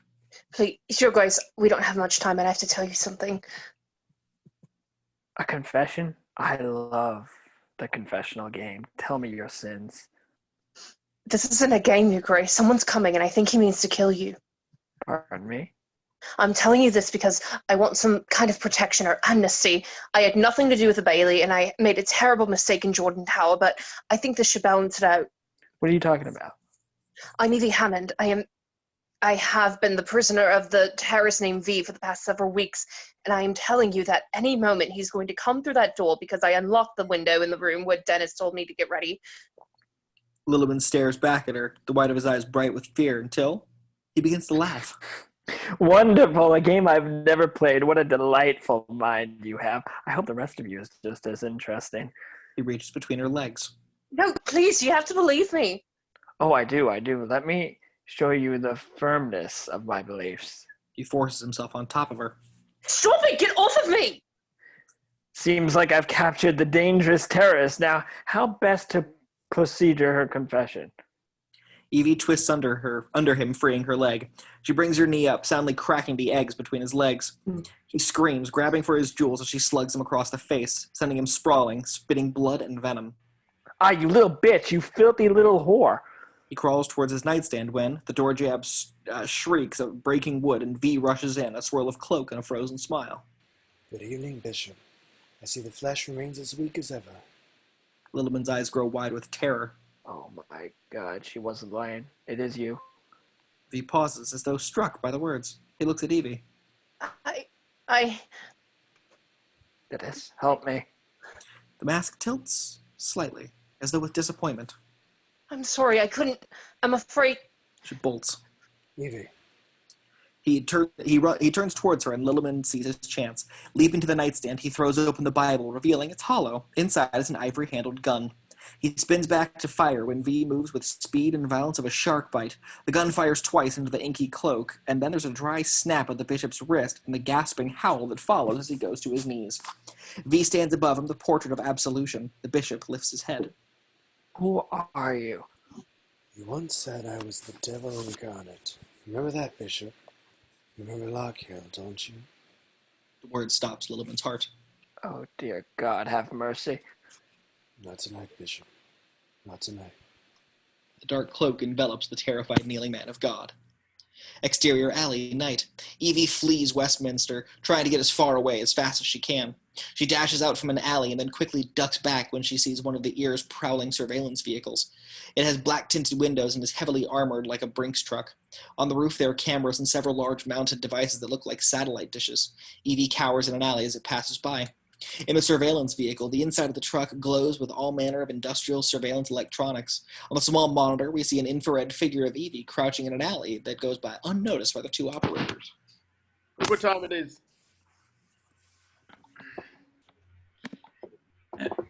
Ho-ho, time once again for Children's Hour at the Abbey.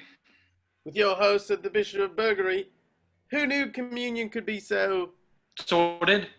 Salty. They turn the dials until they hear the bishop's voice. Oh no, don't do this, I beg you.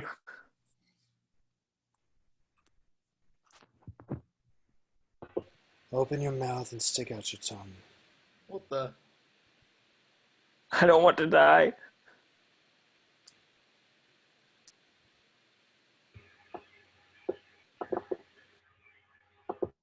I don't want to die.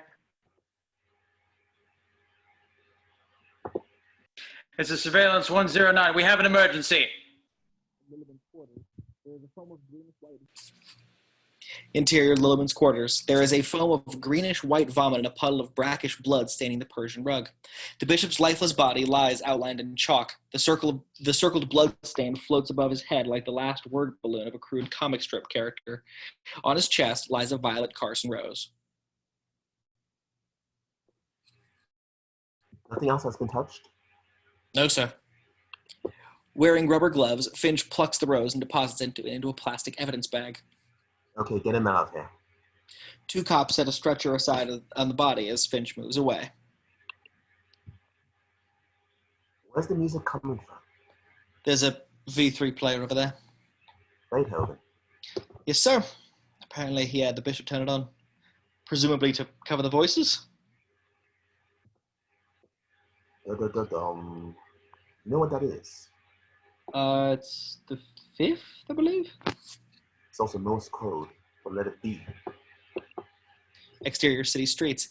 Evie hides in an alcove looking at the beautiful townhome, which has several lights still on. She waits for her nerve and finally pick her up and carry her to the front door. Exterior Dietrich's townhome. She presses the doorbell and tries to keep herself from running. After a moment, Gordon Dietrich opens the door. Evie, good God. I'm sorry, I didn't know where else to go. He stands discreet quickly and then pulls her in. Come on, quick, come inside before someone sees you. Exterior roof. High above the street, V watches as Evie steps into the warm glow of Dietrich's home and slams the door shut. Interior, Dietrich's living room. A pair of glasses are filled with scotch. Evie is sitting on the couch. Then V is still alive. Yes, and I think he meant to kill Bishop Lilliman. No great loss. Yeah. How can you say that? I've met one of his victims. Here, drink this. He hands her a stiff drink, which she summarily drains. Cheers. He follows her lead, then grabs a bottle to refill. Gordon, I know every cop in this country is looking for me. I know it's horrible of me to come here to put you in this situation, but if they find me here, you could be in terrible trouble. Evie, listen to me. If the government ever searched my house, you'd be the least of my problems. Evie looks at him, not understanding. Let me show you. Interior, Dietrich's wine cellar. A pulled chain clicks and the naked light bulb reveals a beautiful stone wine cellar filled with racks of dust-covered dark bottles. I've always said in public that I don't make art, I make fun of it. But the truth is, I love art, and I do whatever I can to protect it. He twists one of the old bottles and an entire rack swings open like a door, revealing his secret library. Inside is a small version of V's collection, books, music, paintings, and rows of movies, both in reels and on discs. Featured at the far wall is a painting of Adam Sutler dressed like Queen Elizabeth with far more décolletage. Oh my God, that's God Save the Queen. My parents took me to it when they hung it at Gallery 12. I thought Sutler had it destroyed. He believes he did. It costs more than this house, but no matter how bad I feel, it always cheers me up. She notices a large book laid open under a glass case. What is that? A copy of the Quran, 14th century. Are you a Muslim? No, I'm in television. But why would you keep it? I don't have to be Muslim to find the images beautiful or its poetry moving. But is it worth it? I mean, if they found that here. I told you, you'd be the least of worries. She feels a sudden tremendous sense of relief and gratitude. Thank you, Gordon. Thank you so much. It's all right. You know that this whole thing started the night he blew up the Old Bailey. I was on my way here. Well, I'm glad you finally made it. Interior morgue. A sheet is pulled over the gaunt grimace frozen into the face of the dead bishop.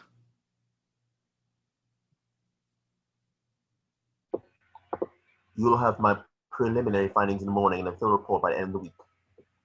Chief Examiner Delia Surridge is a smart-looking woman in her young 50s. Thanks, Delia. She asks the next question without looking at him. Are there any leads in finding this guy? Honestly, nothing yet. Nothing concrete. There's something else you can help me with. He pulls the plastic bag with the rose from his pocket. Started as a botanist, didn't you? Surridge nods, staring at the rose as if it were Lazarus. It's a violet Carson. They're believed to be extinct. Leaves them at the crime scenes. Appreciate it if you could take a look at it.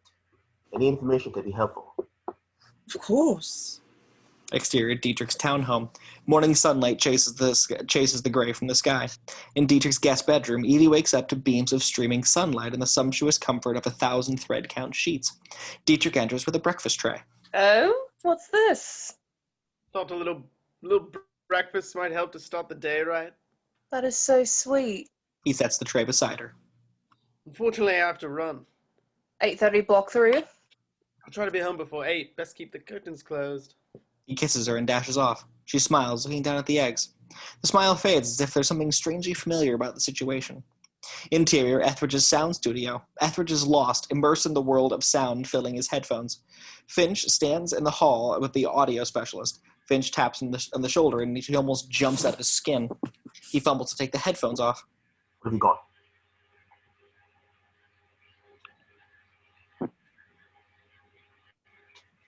Well, you know my boys caught a bit of the dialogue before the bishop. Yeah, they told us it was blurred out by the music. Ethard smiles. This kind of sound work is the same as archaeology. You have to dig through layers of dirt with a toothbrush. It's tedious, painstaking work, but when you find something, it always feels it's worth it. He hits play, and we hear a thin recording of V and the bishop. The words are just barely understandable. Please, not my fault.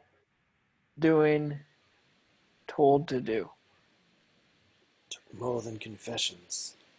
Was nothing. I did, compared to... Guilty. You are. They are. Everyone is guilty for Locke. I've come back to absolve you of your sins. Open your mouth. Hey, go back a bit. Can you play the last line again louder? Everyone is guilty for Locke. Stop. What did that sound like to you? Lockhill. Son of a bitch. Interior Delia Surge's bedroom. Delia Surge is asleep in her bed, looking at peace enough to be dead. The curtain blows gently. In the payroll records department, Finch and Dominic wait at a desk. Wait, you really think we'll find something here? Worth a shot. One thing is true about all governments. The best records are tax records. If our boys, after everyone who worked at Lockhill, then the best chance of a list of people who worked there is here. A bifocal man enters the office with a printout. Original records have all been deleted, but I found a backup copy in a cold vault. Finch grabs at the report. Curious detention facility by the look of it. Quite a few doctors on that list. One name leaps off the page. Dr. Delia Surge. Interior Dr. Surge's bedroom. Delia wakes with a start. Something stirs from the dark edge of the room. It's you, isn't it? You've come to kill me. From the shadows, V answers. Yes. Exterior Finch's car. The car barrels down the winding streets of London. In the car, Finch is on the phone, Dominic driving.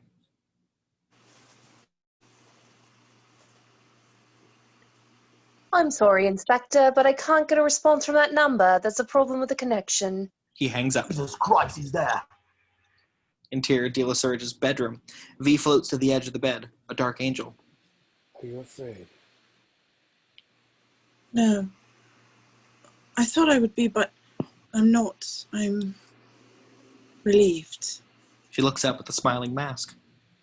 I knew you'd come for me. You would come for us all. Her voice drops in an almost confessional whisper. What happened at Lockhill? What we did.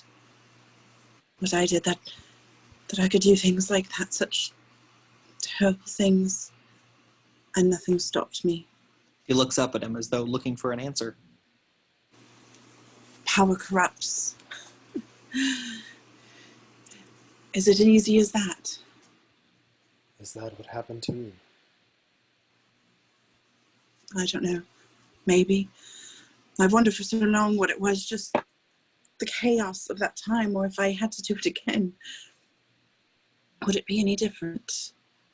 The mask waits for her answer. Oppenheimer changed, not the course of a war, but the entire course of human history. Is it wrong to hold on to that kind of hope? I've not come for what you hoped to do, Delia. I've come for what you did. Yes, I know. It's funny. I was given one of your roses today. I wasn't sure you were the terrorist until I saw it. She manages a smile.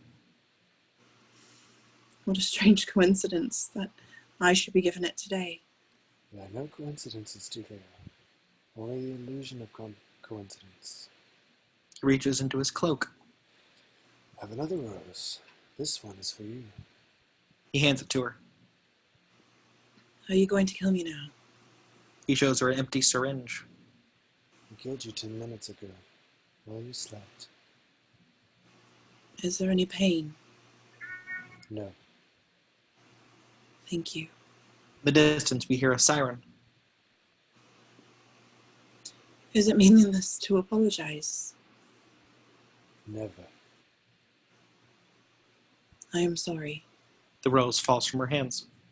Exterior, Delia Surge's house, night. Finch's car buckles onto the sidewalk, the door opening before the car even stops. In her bedroom, Finch and Dominic enter, guns drawn. Finch signals to the stairway. Interior. Delia's bedroom, night. The windows are open. Delia lies on her bed, her eyes fixed. Finch sees the Violet Carson on her lap and knows that they are once more too late. Damn it! He notices at the top of the nightstand a journal has been laid out for all the world to see. We now have Dr. Service's journal. Interior, Chancellor's cabinet room, day. It was found at a crime scene beside the bed. I believe the terrorists put it there. Wanted us to find it. They wanted us to know the story, or at least part of it. Flashback, exterior Larkhill Gate. A large transport passes through the razor wire topped gate. A sign on the gate reads, Larkhill Detention Facility. May 23rd. Exterior Larkhill Sorting Station. The doors of the transport are opened by armed soldiers. It is crammed with people, all of them in one form of minority or another.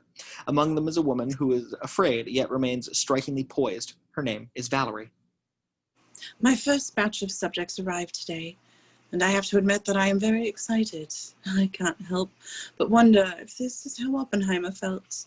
This could be the dawn of a new age, nuclear power, meaningless in a world where a virus can kill an entire population and leave its wealth intact.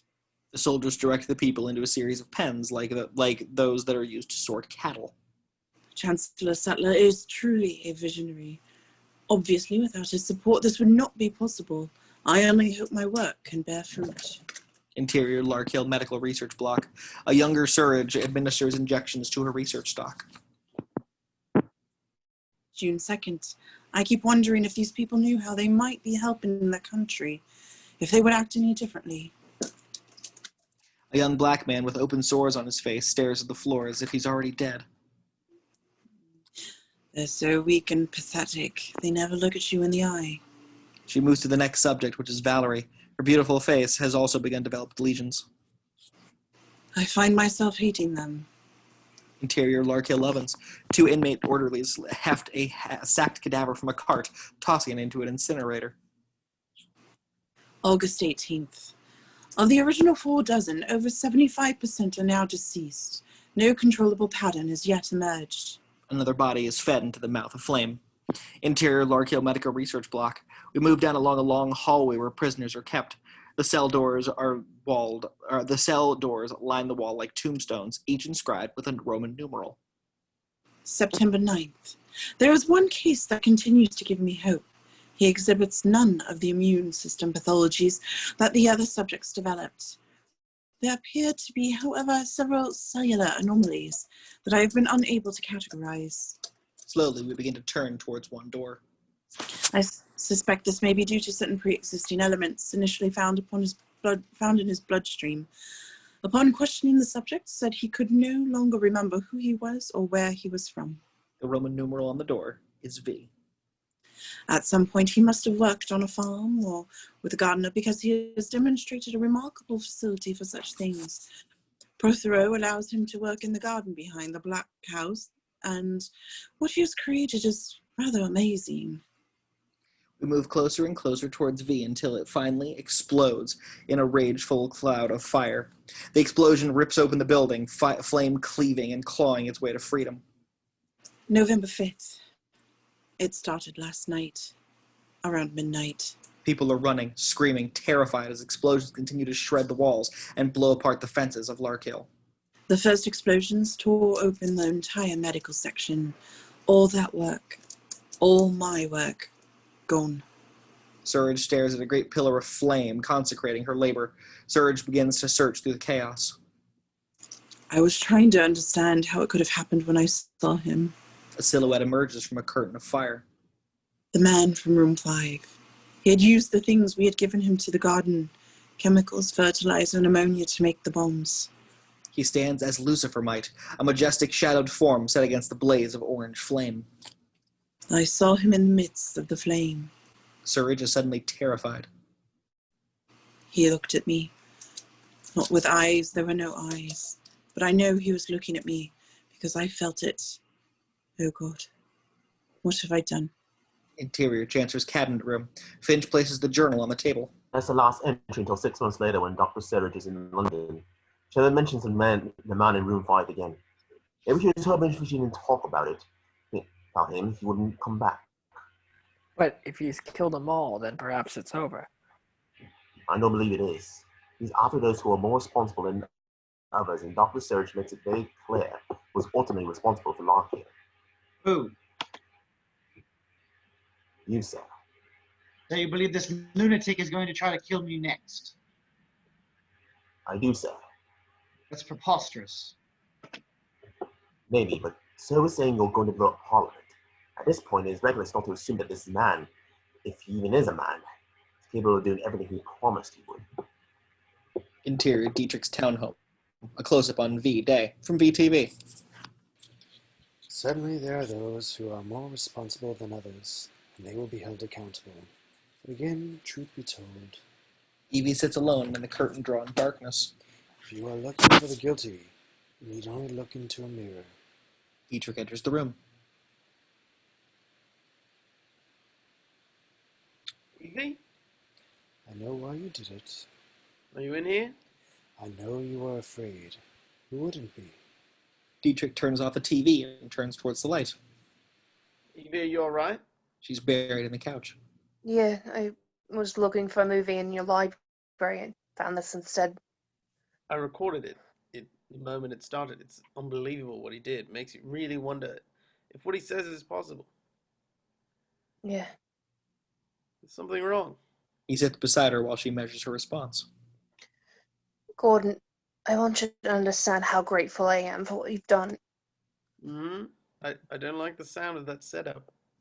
But I can't stay here any longer. You're crazy. The whole country is still looking for you.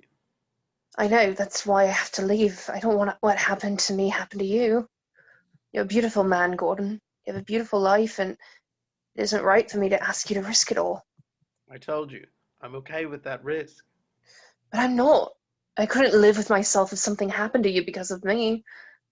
Are you thinking of trying to go back to him? No. Because that would be crazy. I have family in Australia. But how would you get there? I don't know. All I know is I can't stay here anymore. And there's nothing I can say to change your mind. Afraid not. And can you do one thing for me? What? The night you were supposed to come, I bought 2 steaks, real beef. I promised you a nice dinner. Let me keep my word. She smiles. Okay. Interior police headquarters. Finch enters with several large rolled-up tubes. What's this? All his structural plans got him from B&E records. He starts to unroll several blueprint drawings. It's incredible. All the tunnels under London. See here. Westminster's got more holes bored in it than a block of Swiss cheese. If I was going to blow up Holland, this is exactly how I do it. How? Load a train up an explosive and drive it straight into it. The underground's been shut down for years. Any guy who can make a bomb out of a handful of fertilizer can make a train run on his own power. That's a point. We're going to start searching these tunnels. Yeah, but look at it, that would take forever. You don't have forever. We've got 8 months. Interior Dietrich's office. Still in his makeup, he pours himself a very stiff drink and gulps it down. He goes to his desk and grabs the phone. Interior Dietrich's townhouse. Evie checks the number, then answers. Hey you, aren't you taking? Just finished.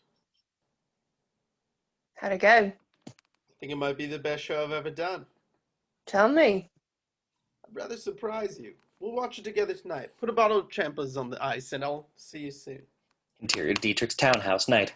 The champagne cork pops. Bubbles ejaculate. Dietrich sits in the living room couch, pouring his champagne into 2 glasses. She smiles as he hands her a glass. If I may, I'd like to toast a woman who I barely know, and yet maybe the most extraordinary woman I've ever met. I hope one day fortune smiles on me and brings her back into my life. Gordon.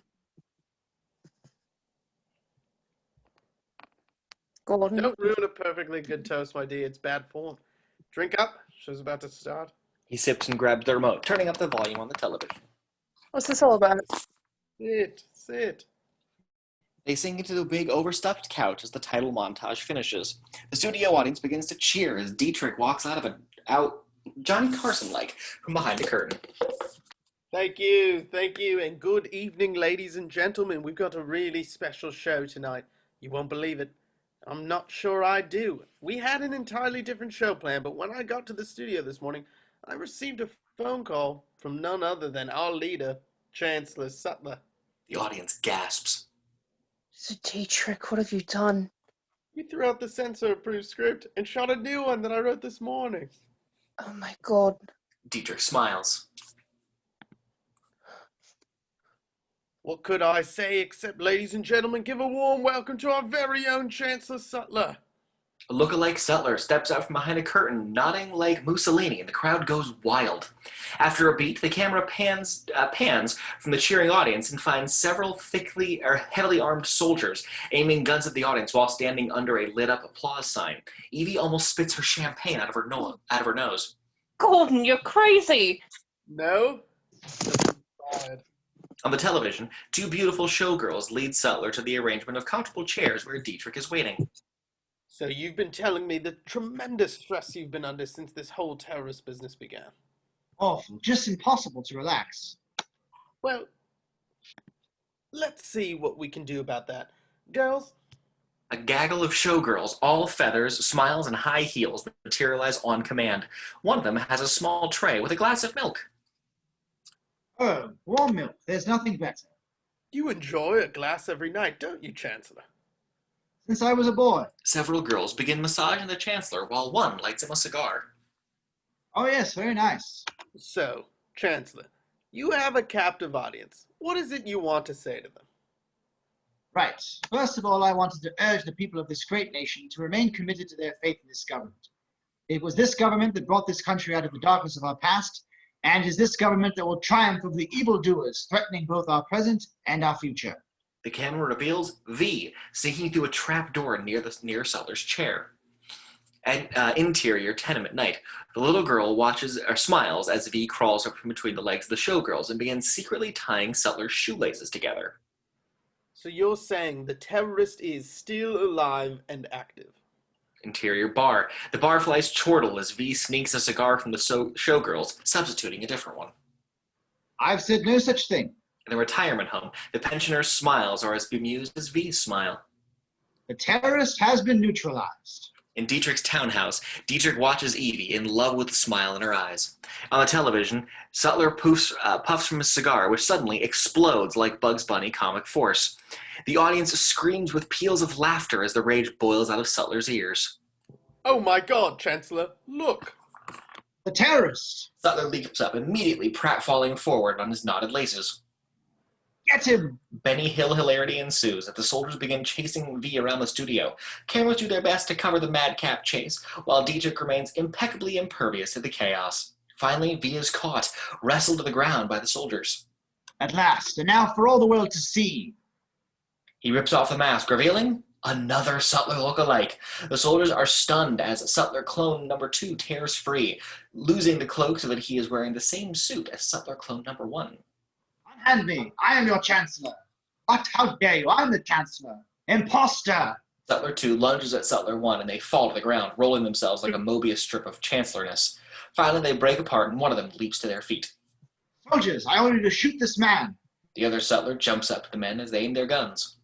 That man is the terrorist. On my mark, you will shoot that traitor, that liar, that fake, that fraud. Ready, aim, fire! The soldiers fire, killing both Sutlers as they hit the deck. The curtain crashes down just after. The audience bursts into applause as Dietrich steps out from the curtain. Thank you, thank you. But before I say good night, I would like to thank my special guest for being such a good sport. Interior Sutler home. A hand rigidly grips a glass of milk. Sutler sits alone in his pajamas, staring at the television, his eyes ablaze with rage. On the television, Dietrich bows and disappears behind the curtain. A moment later, V sticks his smiling face out through the slit in the curtain. The audience cheers as the glass of milk shatters in his hand. In Dietrich's townhome, Dietrich is on the phone. What are they going to do? Fine us. Big deal. We have the most watched show on air. Well, you're a lawyer. That's what I pay you for. Protect me. He hangs up. I should have hired him years ago to be my mother. You're mad. I suppose I am. He stares at her, the object of his madness. Why did you do it? Maybe I'm sick of this government.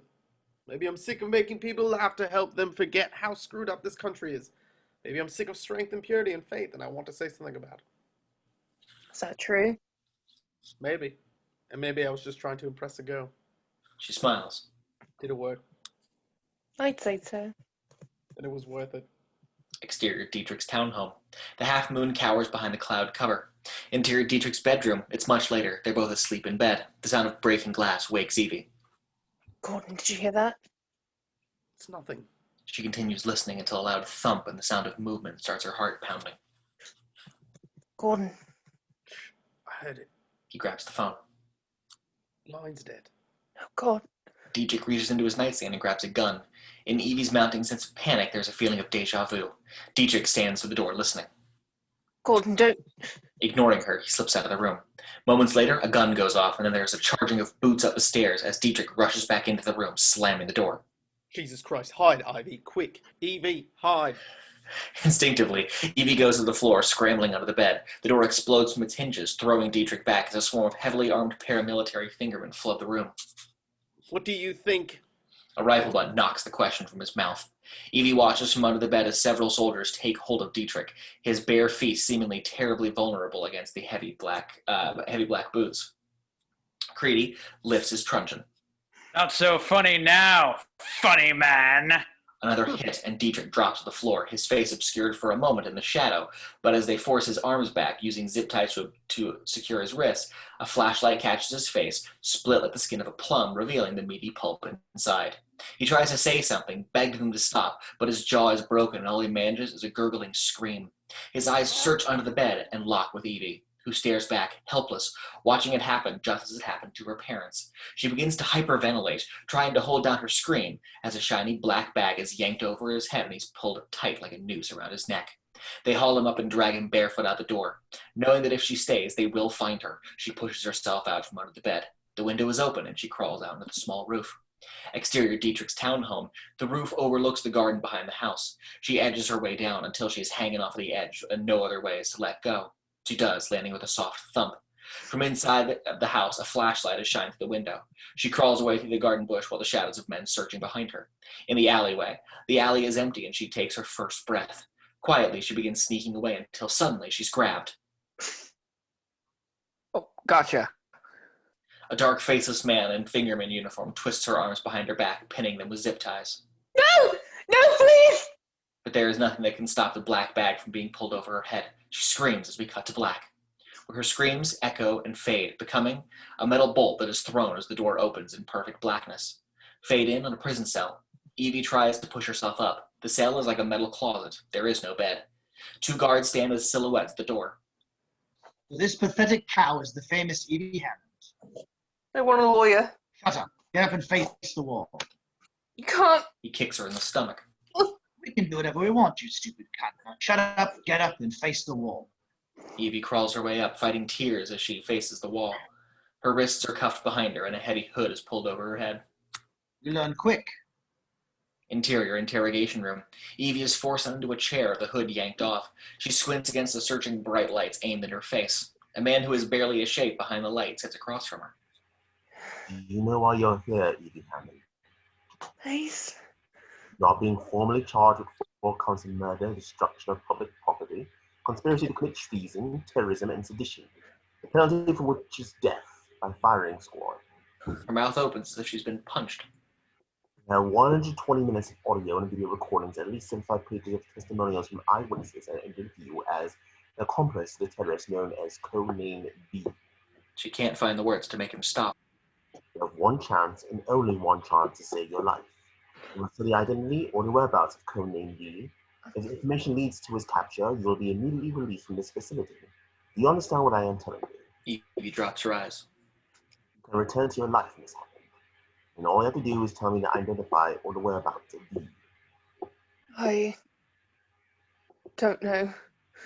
Process her and return her to her cell until she is more cooperative. Interior processing room.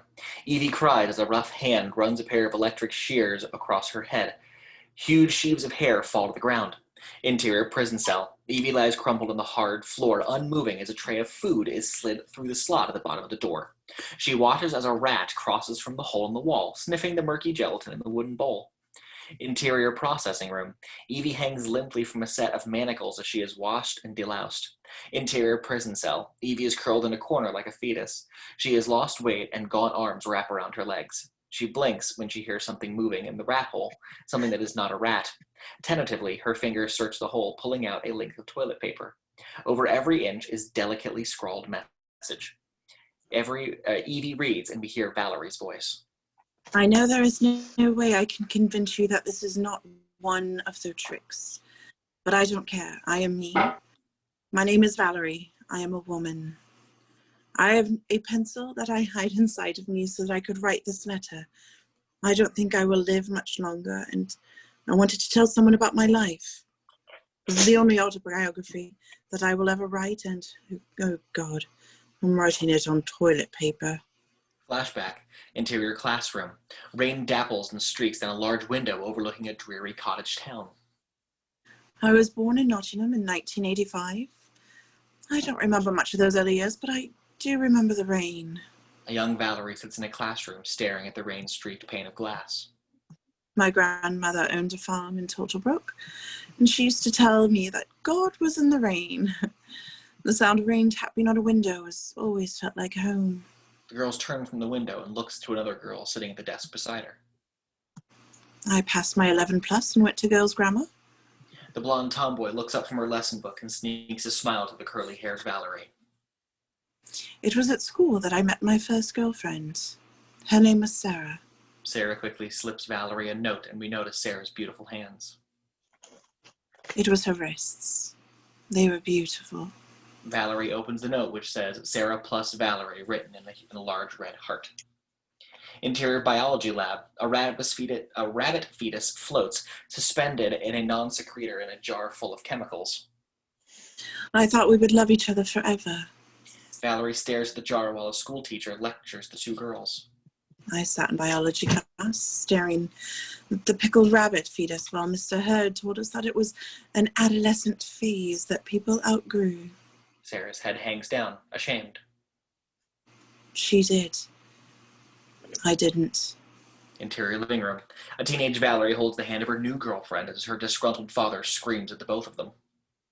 In 2002, I fell in love with a girl named Christina. That year, I came out to my parents. I'm not sure I could have done it without Chris holding my hand. Her mother weeps, making the sign of a cross. A week later, I moved to London to study acting. My mother said I broke her heart. Exterior park. Valerie and Christina cuddle on a park bench under the London summer sky. But it was my integrity that was so important. Is that so selfish? It sells for so little, but it is all we really have. Chris nibbles on Valerie's ear, who smiles, ignoring the scowling older couple sitting on an opposing bench. It is the very last inch of us. Interior interrogation room present. Evie's face is suspended above a bucket of water, and the last bit of air bubbles out from her nose and mouth. She hangs frozen before her next breath, which could be her last. But within that inch, we are free. The Rossiter wrenches Evie's head out of the bucket, and Evie gasps for air. Ends whenever you want it to. Evie chokes, trying to find her breath. Tell us where he is. I don't know. He forces her head back into the bowl, and again, Evie is brought back to a single inhale away from oblivion. London. It makes me cry to think of it. Interior flashback. Interior backstage. Valerie is backstage, waiting to make her entrance. I was so happy there. The first rep work I got was playing Rosalind in As You Like It. Valerie steps onto a stage into the lights. I still have the butterflies I caught the first night. They flutter in my stomach every time I remember it. Back then I wasn't very good, but I was being paid. Exterior train station. Chris and Valerie kiss goodbye like an old romantic movie, and the train begins to leave. Chris inherited her father's auto shop and went back to Nottingham. Chris breaks the kiss and jumps onto the train, both women crying as the train pulls them apart. She never liked London like I did, and even though we cried our eyes out, we knew it was for the best. Interior old country house. Valerie, in the 1940s housewife dress, wipes the sweat glistening from her forehead as she scrubs laundry against a washboard. I threw myself into my work. I began to get film jobs. Small roles at first, then bigger ones. We see Valerie is on a film set. In 2015, I starred in The Salt Flats. Old country house. The sheets billow in the highland winds, rolling green hills set against an orange linens that crest like waves on a seascape. It was the most important role in my life, not because I was nominated for a British Academy Award. Valerie turns and sees a dark figure wading through the waves of orange. But because that was how I met Ruth. The figure's dressed like an old man is a woman, or the figure dressed in a man's suit is a woman. She stands next to Valerie, who waits in breathless anticipation for her kiss. The first time we kissed, I knew that I never wanted to feel another's lips but hers again. They kiss as the lapping waves of orange envelop them. She moved in with me the day we wrapped the movie. Interior Valerie's flat. Valerie drops a large box into her living room. Christina drops hers on top.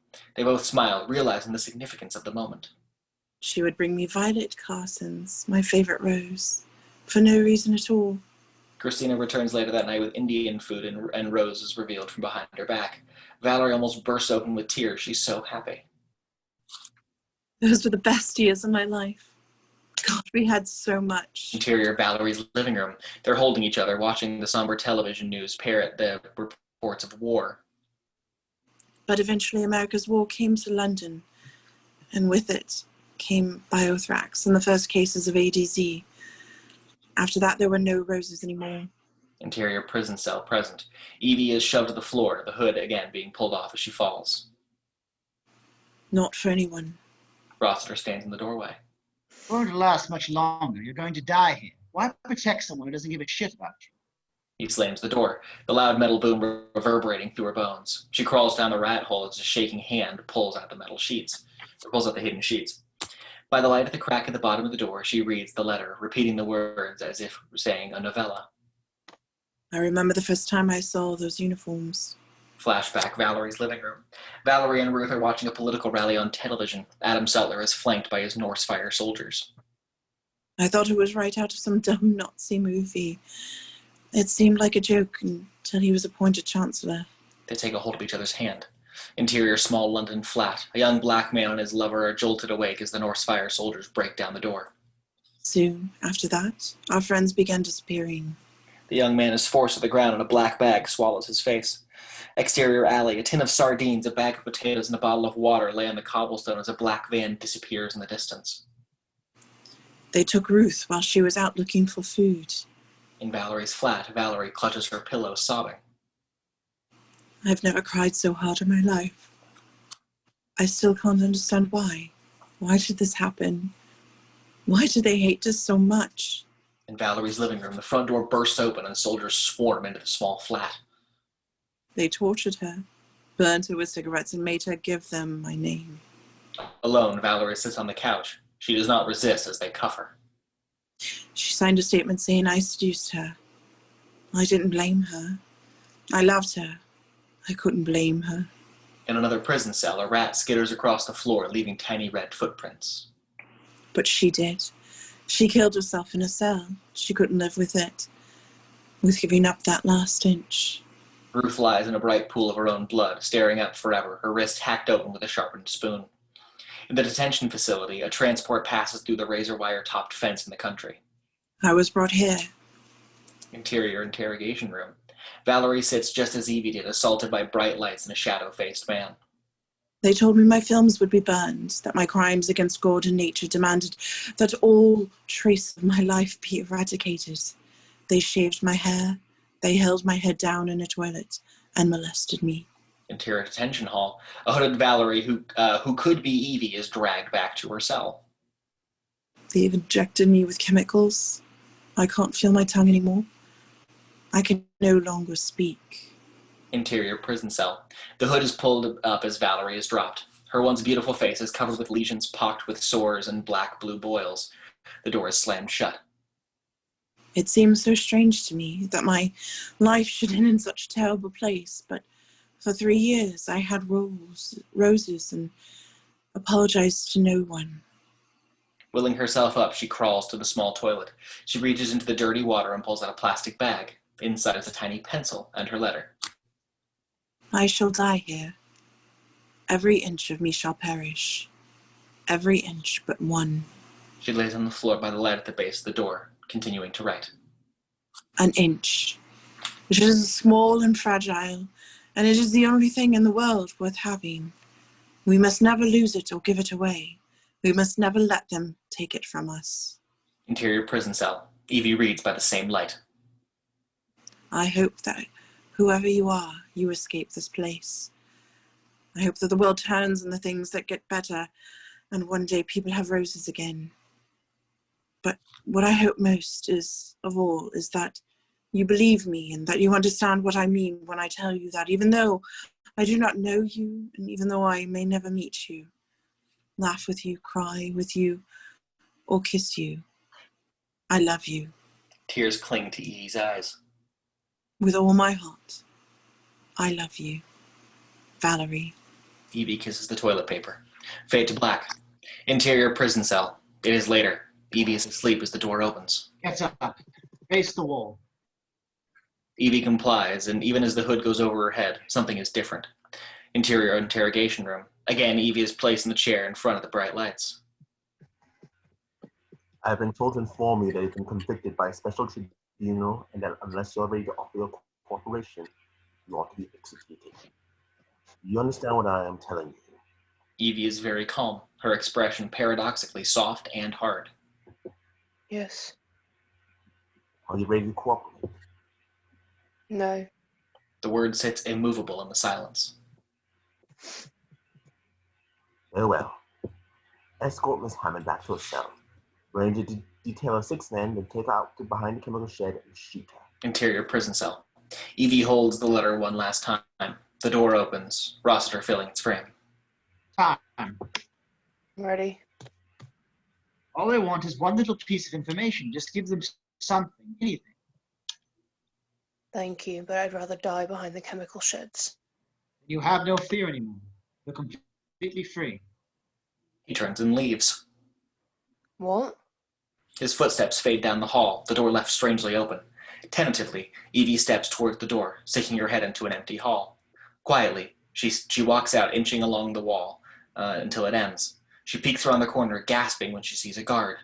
There is something about the man's frozen stare that keeps her from running. It's a mannequin. Behind the lifeless sentry, there's a door. She opens it to find where her Potemkin prison has been constructed. Interior shadow gallery night. V stands in the center of his home. Welcome back, Evie. Her mouth hangs open, uncomprehending. It was you. That wasn't real. Is Gordon... I'm sorry, but Mr. Dietrich is dead. I thought they would arrest him, but when they found a Quran in his house, they had him executed. God. Fortunately, I got to you before they did. You got to me. You did this to me. She stumbles back against the wall, unable to support herself. You hit me. You cut my hair. You tortured me. You tortured me. Her rail-thin figure begins to shake. Why? Why? Because I love you? Because love me. You almost killed me. No, I let you believe you were going to die. Is that your idea of love? Torturing someone, tricking them. That isn't love, that's evil. You could have ended it, Evie. At any time, you could have given them what they wanted, but you didn't. He moves towards her. Why, Evie?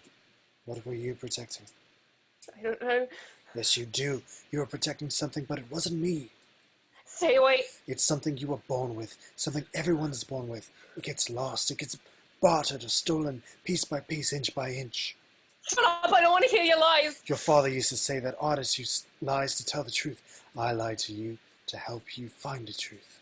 Stop it! What truth did you find in there, Evie? Inside the prison cell, inside the worst place that you could have imagined, inside your biggest fear. Shut up! I don't want to hear this, I hate you! That's it. At first I thought it was hate too. Hate was all I knew. Hate had built my world, imprisoned me, taught me how to eat, how to drink, how to breathe. I thought I would die from the hate in my veins. But something happened. It happened to me just as it happened to you. She spins away, covering her ears. Go back, Evie. Go back into that dark room. There's nothing to be afraid of anymore. Tell me what you found. Tell me how you felt. I didn't feel anything. Can't you see what you did to me? Don't run from it. You've been running all your life. You can't judge me. You don't know what it's like to push your parents. Oh, God, I can't breathe. I can't breathe. She falls back to her knees, trying to catch her breath. Asthma. When I was little. V crouches beside her, his hand gently touching her. Yes, that's it. That's fear draining out of you. Let it come. Please. They took your parents from you. They took your lover from you. They put you in a cell and took everything they could take except your life. He begins to cry like a child as he takes a hold of her. You believed that was all there was, didn't you?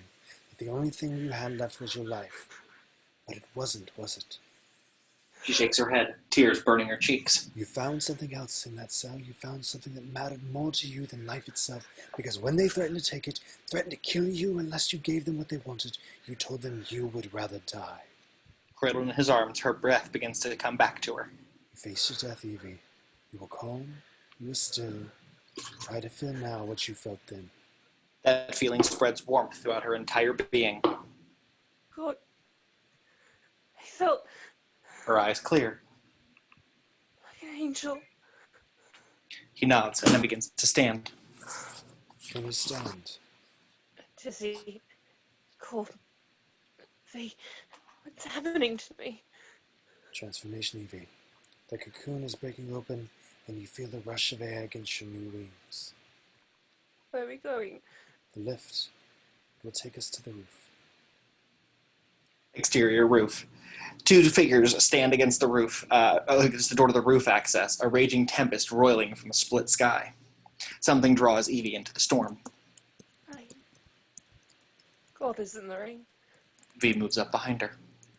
Everything's so different. I know. Years ago, I too stood beneath a night like this, holding something in my heart, something I'd been given, that meant more to me than life itself. Love. This night is yours, Evie. The rain, the lightning, and the thunder. Open your arms and take hold of it. She raises her arms to embrace the raging torrents. Become transfixed and transfigured. A jagged bolt of lightning sears open the sky. Forever. Exterior Finch's car at night. Finch and Dominic jump from their car using umbrellas like shields to batter the downpour. Interior Intelligence Information Headquarters night. They make it inside, out of the rain. Cool. When's she gonna let up? We're halfway to 40 days. Should we start building an ark? Nah, I'll get it off with others. Security man looks up from his monitors. Can I help you? Inspector Finch to see Mr. Hare.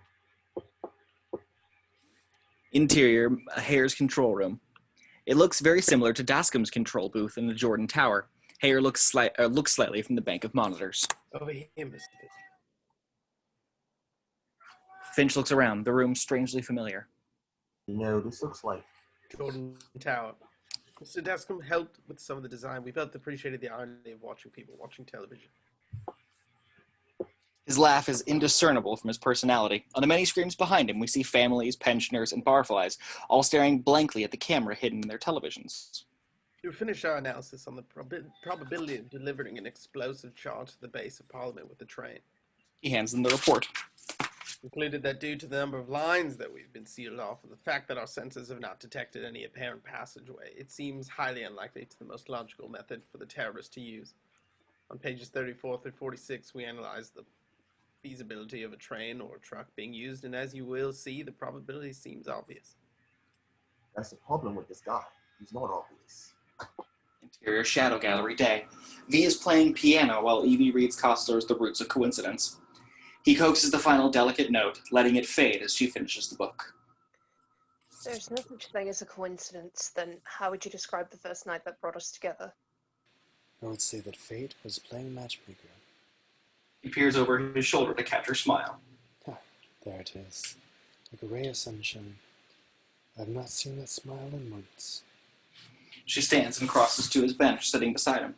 I don't know why you did what you did for me, but I don't think I've said this enough. I don't think I could ever say it enough. She stares into the darkness of his half-moon eyes and whispers. Thank you. She leans forward and kisses his frozen lips. You needn't thank me. You did it yourself. I just provided the backdrop, but the drama was all your own. It was a good backdrop. I believed it. I really did. It's still a bit hard for me to accept it wasn't real, especially the letter. She reaches into her pocket and pulls it out. It's a beautiful letter, V. I feel a bit foolish carrying it around with me. I know you must have written it, but I believed in her. I believed in Valerie most of all. I didn't write that letter, Evie. She looks at him. Come with me. Interior, Valerie's shrine. The walls are covered with movie posters and reviews and pictures of an actress named Valerie Page. Everywhere there are flower boxes filled with blooming violet Carsons. She's real? Yes. She's so beautiful. Did you know her? No. She wrote the letter just before she died. I delivered it to you as it had been delivered to me. Evie smiles and bends to smell the roses. You grew them for her. In memory of her. She stands, understanding. Didn't really happen, didn't it? You in a cell next to her? He nods. Is that what you're doing, V? Is that why you're here? To avenge what they did to you and to her? What was done to me created me. A chain of events in harmony with the fundamental principle of the universe. That every action will create an equal and opposite reaction. I need you to know that I would do anything for you, V. Anything in the world except that. I won't kill for you. I can't. Not even for her. To each according to the talents. Perhaps what the future will ask of you will be something that I am unable to do. What would that be? Time will only tell. Do you have some kind of plan? More than a plan, I have a gift. Fade to black. Fade in. The shadow gallery. V's dressing room is empty. Directly in front of us is the brightly lit makeup mirror. We're looking straight into it, but can only see a curtain in its reflection. We glide towards it, moving by V's costume as though it were laid out for us, waiting for us to put them on. We move past his cloak and hat, over his gloves draped in the chair, and finally past the mask hanging on a faceless cloth wig head. We continue forward until all that's left in the mirror is the black curtain and its reflection that begins to part, revealing nothing but light. Interior, Finch's apartment. Finch wakes, his bloodshot eyes still heavy and bloodshot. He pushes himself out of bed. There is a heavy set of drapes covering the window in his bedroom. He shoves them open, revealing a dreary November dawn. 6 months without a trace. I don't suppose you've forgotten, have you? Exterior, train yard. The main train yard for London, where the creak and squeal of metal bones tell us the city has begun to wake. In the tenement, a little girl pours herself a large bowl of cereal. In the train yard, a boxcar is filled with perfectly uniformed Fedco boxes. Oh,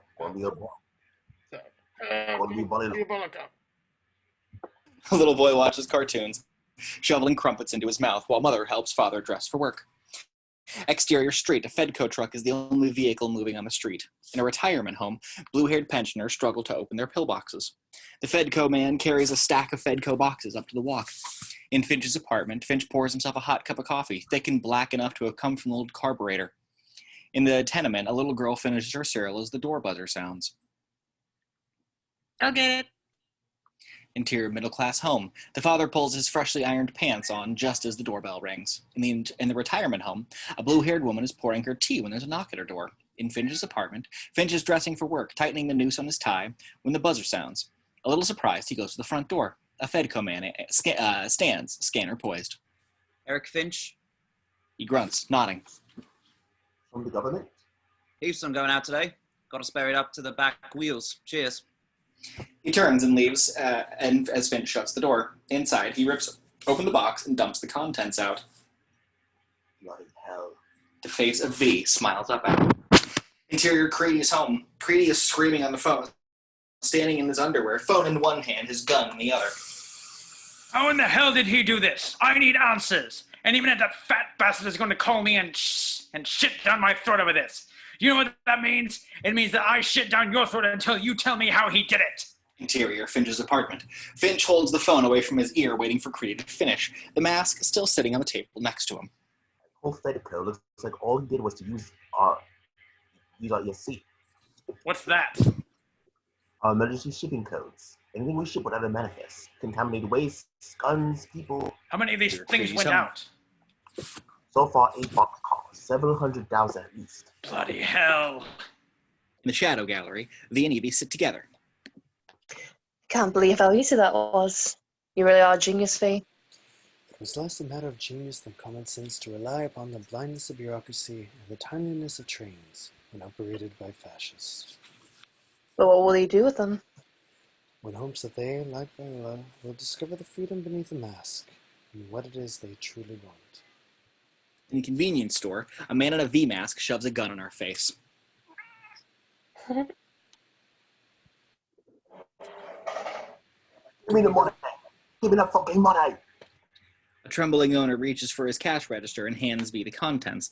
The giddiness of over the crime is almost visible under the mask. Anarchy UK. He fires the gun into the ceiling, then grabs a bag of Doritos and runs for the door. In the shadow gallery, V gets up and goes for the bureau. What if you're wrong, V? About people? What if tomorrow no one shows up? They will. What if they don't? Then I've made a mistake and my work is far from done. And Adam Settler would not be the end of this. Does that mean you're planning to kill Adam Settler? No. But I am going to watch him die. And with that, the end of this world that he built. From the bureau, he takes out a box. Tell me, do you ever play with dominoes? Finch walks into the office in somewhat of a daze. Somewhere, or everywhere, phones are ringing. Look, we're under siege here. The whole bloody city's gone off its nutter. No. God Hennessy. He knows us better than we know ourselves. In the shadow gallery, V's gloved hand sets down the first domino, standing it upright. In the streets, we see a little girl wearing a V costume running, arms spread like wings, with her glasses taped to the outside of the mask. In police headquarters, Feels like he's playing with us, setting everything up just right. in the shadow gallery, another domino is set, a row beginning to form. The little girl sprays paint with an encircled V over a poster that reads, "Strength through purity, purity through faith." In Finch's car, Finch is driving alone down a dark country road. In the police headquarters, I drove out to Larkhill last night. You what? That's outside of quarantine. At Larkhill Gate, at the headlights of the car, Finch stands at a chain gate that reads, "Government property, no trespassing." I know. I didn't care. I just wanted to go see it. He shoots the lock. In the shadow gallery, another domino. Wasn't much left of it. At Larkhill, the ruins of the detention facility are barely visible. Finch stands among several metal beams that once framed the medical section, a twisted skeleton Stonehenge jutting out of the earth like the obelisks of some forgotten necropolis. But it was strange. I suddenly had this feeling. A pattern begins to emerge in the shadow gallery. It was like I could see the whole thing, one long chain of events that stretched all the way back, even before Larkhill. In the Highlands, a flash of images we first see billowing of the orange sheets unfolding with two women. Then, at a political rally, Sutler taking the podium before the blowing flags of Norsefire. At Larkhill, V emerging from the billowing flame. I felt like I could see everything that happened and everything that was going to happen. Exterior street. The little girl turns as a fingerman shouts. Hey, you. At the train station, Finch lifts his gun. Stop!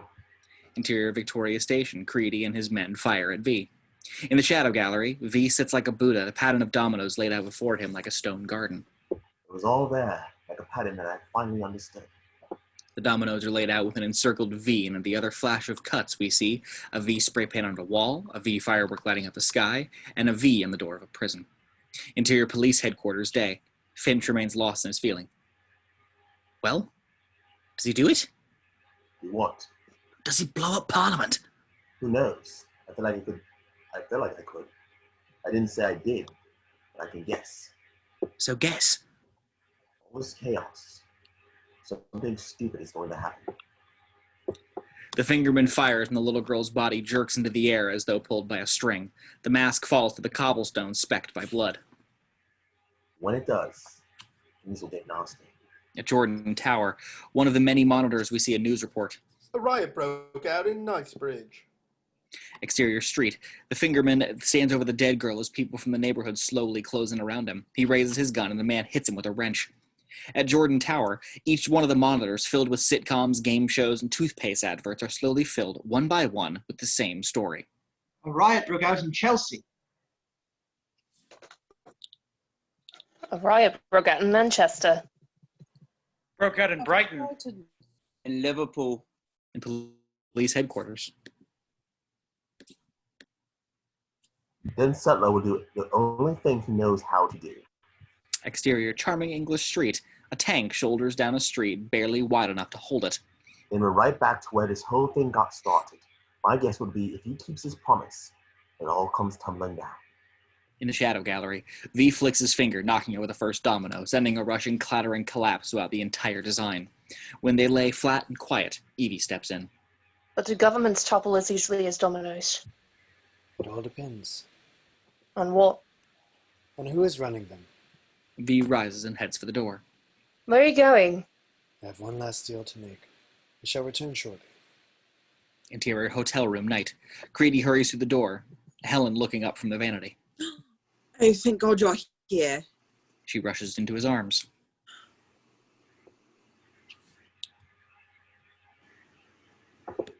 I shouldn't be with all the shit going on out there. I'm sorry I called, but I've been going out of my mind. Conrad just sits there. I couldn't take it. I have to know what's going on. Where's Sutler? Where do you think? Hiding in a hole, one of our bunkers. Does he have a plan? What if this terrorist blows up Parliament? So what if he does? Take more than that to stop us? What if people show up? Right. How many people are really ready to die over something like this? 100? 1,000? Shit, I bagged twice that the first time we went through this, which is the thing that pisses me off. We did this, and now we got to do it all over again. And it's all Sutler's fault. That bag of shit I'm holding came right out of him. The light goes out, plunging the room into complete darkness. What the? It's okay.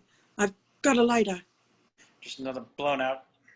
She flicks the lighter and reveals V standing at the footboard, smiling pleasantly. She screams and drops the lighter. Christ! Allow me.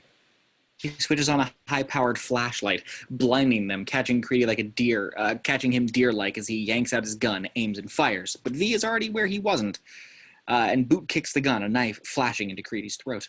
Move and die. My God! Anger bulges in Creedy's carotid almost enough to cut itself. What do you want? Sutler. Creedy's eyes widen. Come now, Mr. Creedy. It can't come as much of a surprise. I can't do that. Of course you can. You've done it plenty of times. A couple of zip ties, black bag, and presto, Sutler disappears. The only difference is that instead of bringing him to one of your black holes, you bring him to mine. Creedy grinds his teeth like a dog working a bone. It won't be hard. Most of the men protecting Sutler work for you. Helen watches Creedy carefully. You can't tell me you haven't thought about it. You haven't imagined what it would be like giving orders rather than taking them. What it would be like to be on top, to be the leader. Yeah? What if I have? If I want it, what says I need you? Can't be the leader without a country to lead, Mr. Creedy. Tomorrow night, with all of London watching, if I fulfill my promise, then all the tanks in England won't put Humpty Dumpty back together again.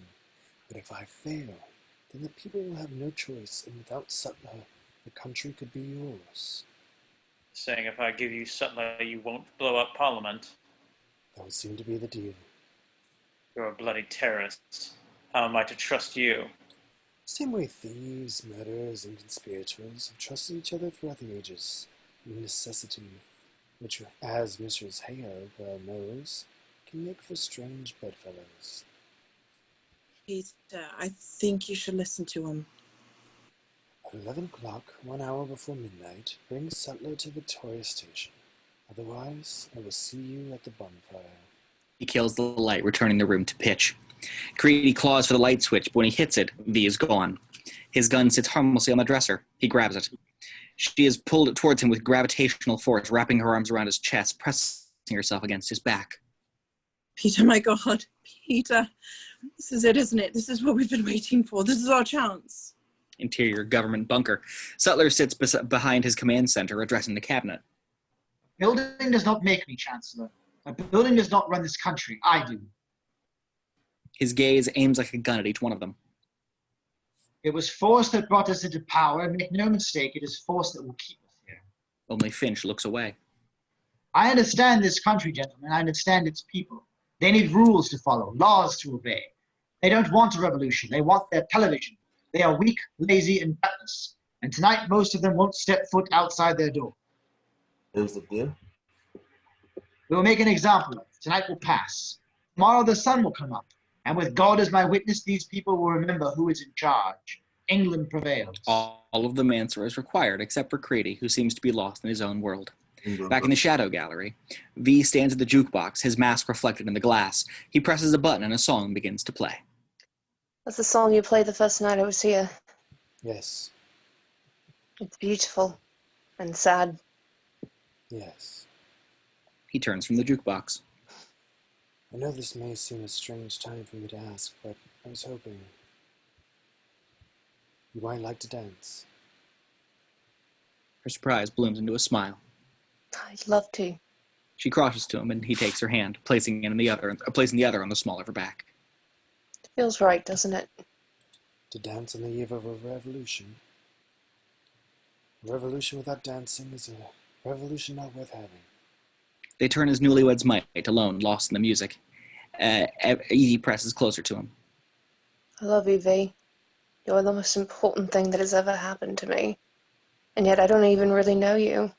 I don't know where you came from, who your parents were. I don't even know what you really look like. She suddenly stops dancing and reaches up to unfasten his mask, but he stops her.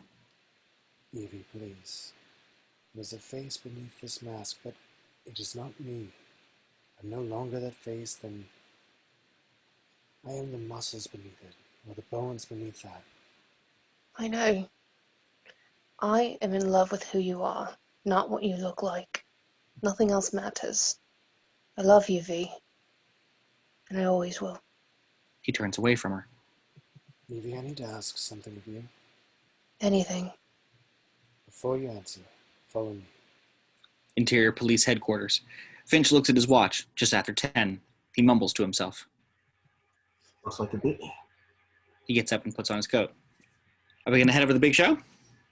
I'm going to take a walk. More tunnels? Finch doesn't answer. Look, be careful, Inspector. It's crazy out there. No. He checks his gun. In the government bunker, Sutler sets his glass of milk on the console of the command center as he enters a call from the gate above. Mr. Creedy, what are you doing here? We see Creedy's face in the monitor. I have pertinent information, Chancellor, sir. Pertinent information on the terrorist. Creedy leans into the lens, face distorting as he whispers. I think I know how he's going to do it. What? Hurry up, man. He pushes another button. In the shadow gallery, they descend the last curve of a spiral staircase. How far down does this go? This is the bottom, the last room of my home. He opens the door.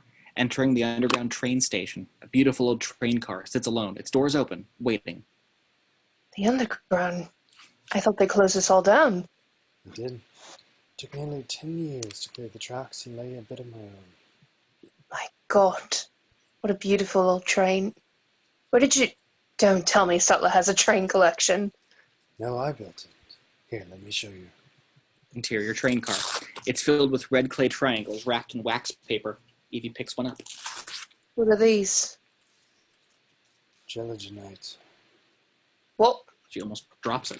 Careful. She begins to understand the plan. So those tracks lead to Parliament.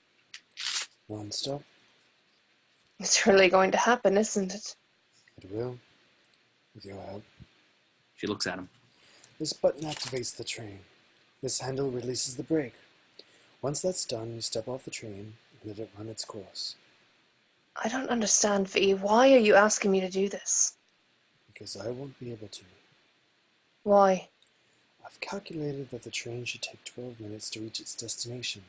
If it leaves at 11:48, it should hit right on time. He turns and leaves the train. She follows him into the station. Wait, where are you going? World built by destroyers is almost at an end. It is time for a new world. A world of creators. He walks towards a passage at one end of the station. Don't you dare start with riddles now, V. Tell me where you're going. Where I belong. He steps into a dark hall and presses a button that releases a gate that slides behind him like a prison door. V! V! What are you doing? I don't know if I will ever see you again, so I'm saying goodbye. What? No! Sorry, V, but I have to. No, you don't, V. I do. Every moment of my life has led to this. There is no certainty, Evie. Only opportunity. Then let me help you. You can, by keeping my promise. Goodbye, Evie. Ave, Atik, Ali. But V, don't go. I love you. He pauses, looking back at her through the prison bars of his own making. I know. But love has no place in here. He turns away and is swallowed by the darkness. Exterior Parliament. The military patrols the empty streets washed white with Klieg lights. The general pulls up in his jeep. Anything yet, Lieutenant? Not a peep, General. Above them, Big Ben begins to toll the final hour. Interior Victoria Station. The station has not been used in years. Light trickles down to the grating in pipe gaps, spilling into small pools onto the floor. Dust chokes what little air there is. Flashlights slash against the darkness as Creedy's fingermen nervously search the station. You said 11 o'clock, Mr. Creedy. It's 11 o'clock. Where is he? Finish the guy. Fingerman jumps out of the skin, twisting around as the other flashlights find V, his mask, glowing like moonlight. Have you kept your side of the deal? Creedy smiles. Bring him down. On the stairs, there's a struggle. Sorry for the precaution, Governor, but you know how it is with thieves, murderers, and conspirators. Indeed I do. Two men half carry Sutler forward. His arms are fastened behind his back, and his face missing beneath a black bag. They drop him to his knees. As always, V smiles. I want to see his face. Of course. He yanks the bag up, revealing a stunned and bloody Sutler. After a moment, he realizes who is staring at him. Oh, dear God, Creedy, you fool. You damned fool. Fool? He cracks Sutler with his gun, knocking him to the floor. You're the jackass that made this mess. I'm just cleaning it up like I should have done a long time ago, you stupid sack of shit. He kicks him. V watches the former Chancellor for a moment, then kneels down close to his face. I have something for you, Chancellor. A farewell gift for all the things you've done, for the things you might have done, for the only thing you have left. He places a violet Carson rose beside him. Goodbye, Chancellor. Creedy, please listen to me. I believe Mr. Creedy is done listening to you, Chancellor. Unless I'm wrong about you, Mr. Creedy? You ain't wrong. Then prove it. Prove you're ready. Prove it in the way he would prove it to you. Prove it once and for all that you are the better man. Creedy smiles and Sutler's eyes go wild with panic. Creedy, dear God, Creedy, please, please. Creedy lifts his gun and blows a bright red hole in Sutler's head. Interior tunnels night. Finch hears the shot echo from a distant darkness. Interior Victoria Station. The former Chancellor's body crumples around the blood-dusted concrete. That proof enough. I should say so, Chancellor. Chancellor. You hear that, boys? Chancellor. I like the sound of that. He nods, and his boys nod back. It seems unanimous. The rules and protocols of this world having been rigorously applied. However, there is a final matter. One last obstacle to overcome before your coup becomes official. What's that? Me. Creedy's body cocks like a trigger being pulled back. What's this? I thought we had a deal. I gave you Sutler. And I promise I would not blow Parliament up, and I will not. I promise that the country could be yours, and it can be. However, I did not promise that I would not stand in your way. Creedy and his men train their guns on him, surrounding V entirely. And what are you gonna do, huh? You got nothing but your bloody knives and your fancy karate gimmicks. We have got 8 guns. No. What you have is 62 bullets, and must hope that when your guns are empty, I am no longer standing, because if I am, you'll all be dead before you've reloaded. Bullshit. His men feel the slickness of palm sweat against the handles of their guns. Kill him! They open fire. 8 guns explode with a cacophony of gunpowder booms and whistling balls of lead. V's body jerks back, his head whipping side to side as bullets spark off of his mask. The force each felt like a hammer blow. Still he stands, absorbing visible punishment, yet resisting the pain until the automatic lock opens and Creedy's revolver clicks empty in the echoing din. V remains on his feet. There is a moment given to silent prayer that V might collapse like some house of cards, but the mask only smiles. My turn. At once, the sound of rattling metal fills the room. The fingermen are trying to reload their guns, while V moves with the silence of a cloud. The first fingerman barely has time to react to the 8 inches of steel that pierce his heart before they're gone. Another drops his clip as the knife opens his throat. V's cloak billows, a manta ray gliding from death to death. Fighting to steady his hands, Creedy reloads his revolver, a man dying with each chamber he manages to fill until a V stands alone, his knives like fangs dripping blood, the bodies of Creedy's men scattered around him. Creedy raises his gun as V begins to walk towards him. No! V continues as Creedy opens fire. Die! Die! Die! V keeps coming, every step another bullet closer to Creedy's last. Again, the hammer clicks empty. Why won't you die? Beneath this mask there is more than flesh. Creedy backs into a wall as V looms over him. Beneath this mask there is an idea, Mr. Creedy. The mask smiles. And ideas are bulletproof. Creedy screams as the 2 knives flash and sink into the softness between his ribs. The screams cut out like the light being switched off, and Creedy drops dead to the floor. V stands alone, his violence resonating in the ensuing silence. He steps forward as though drunk and pauses. Reaching under his cloak, he struggles with a hidden clasp and then pulls a thin metal-like vest from his chest. It's pocked and punctured by bullets. He drops it, and we see the inside is smeared with blood. He almost falls as he staggers forward, leaving behind a trail of wet, bloody footprints. Interior Parliament. The lieutenant receives a report over his radio. General, sir, you're getting reports. Patrols are seeing movement. Where? Everywhere. Interior train station, night. Evie comes up against the wall, hugging her knees. She looks up at the sound of metal scraping against stone. The cage door opens, and V staggers out of the dark. V! She rises to meet him just as he falls, collapsing into her arms. Her hands are immediately wet with blood. Oh, V, what have you done? What I came to do. But why? Why did you do it? Because I love you, Evie. I love you as I did not know I could. Since that first night a year ago, I have loved you every day, each more than the last. His body trembles in her arms. That's why I had to do it. That's why it was so important. Why I wanted it so bad. Wanted what? The chance for roses. Oh, V. Now it's time. Time to send me off. To let me go as we met. With music. My music. And let me see a smile once more. His body grows heavy in her arms. V? The last trace of his life seeps away, and the sound of her heartbreak rings into the empty underground station. Exterior Parliament. The army stares down the barren streets, bracing for their enemy. Shows are confirming that people are in the streets. Then arrest them. They say they can't. What? Why? They say it's too many. Interior train station.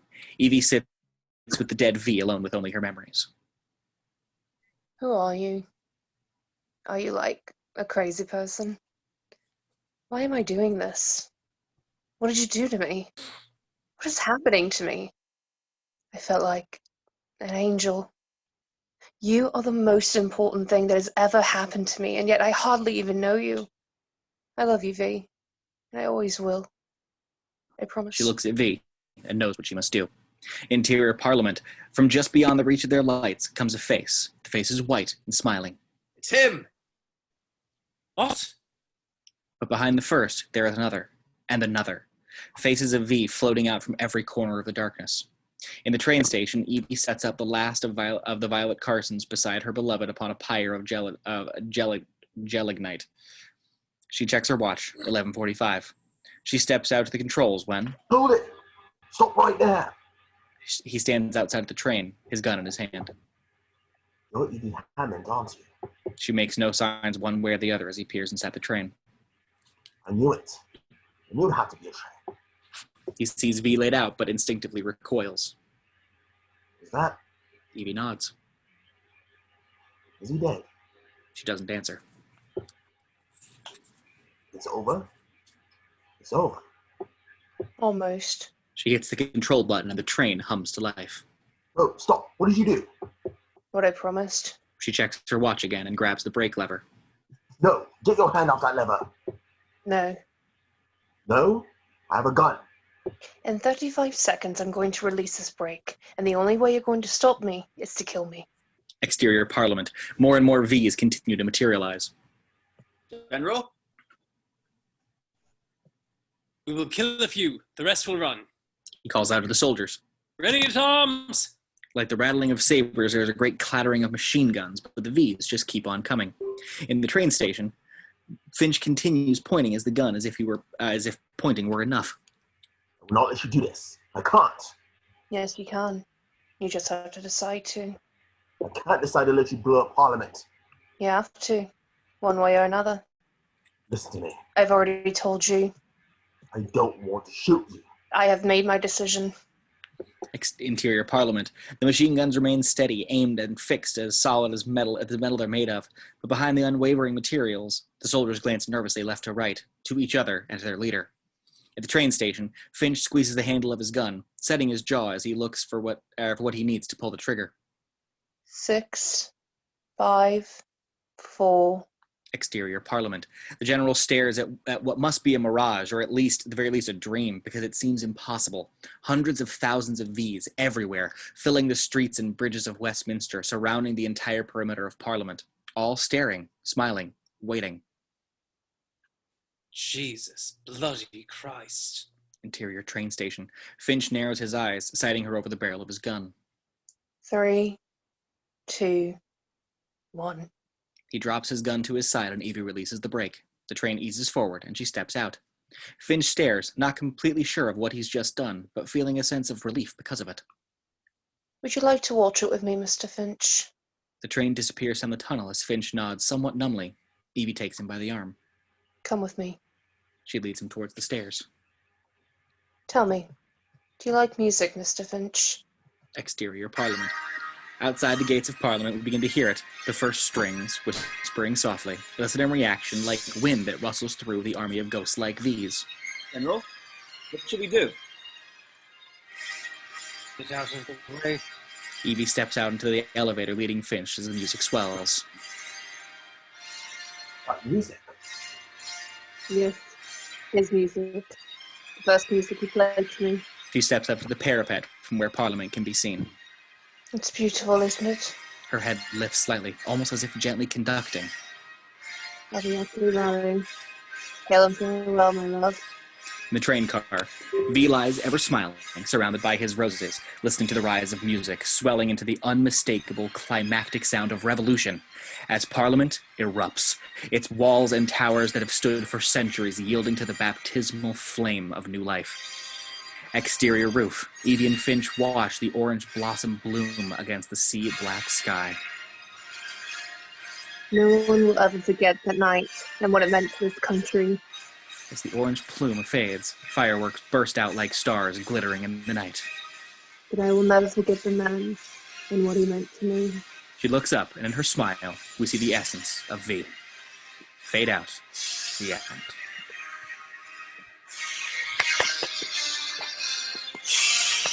We made it! Thanks for watching.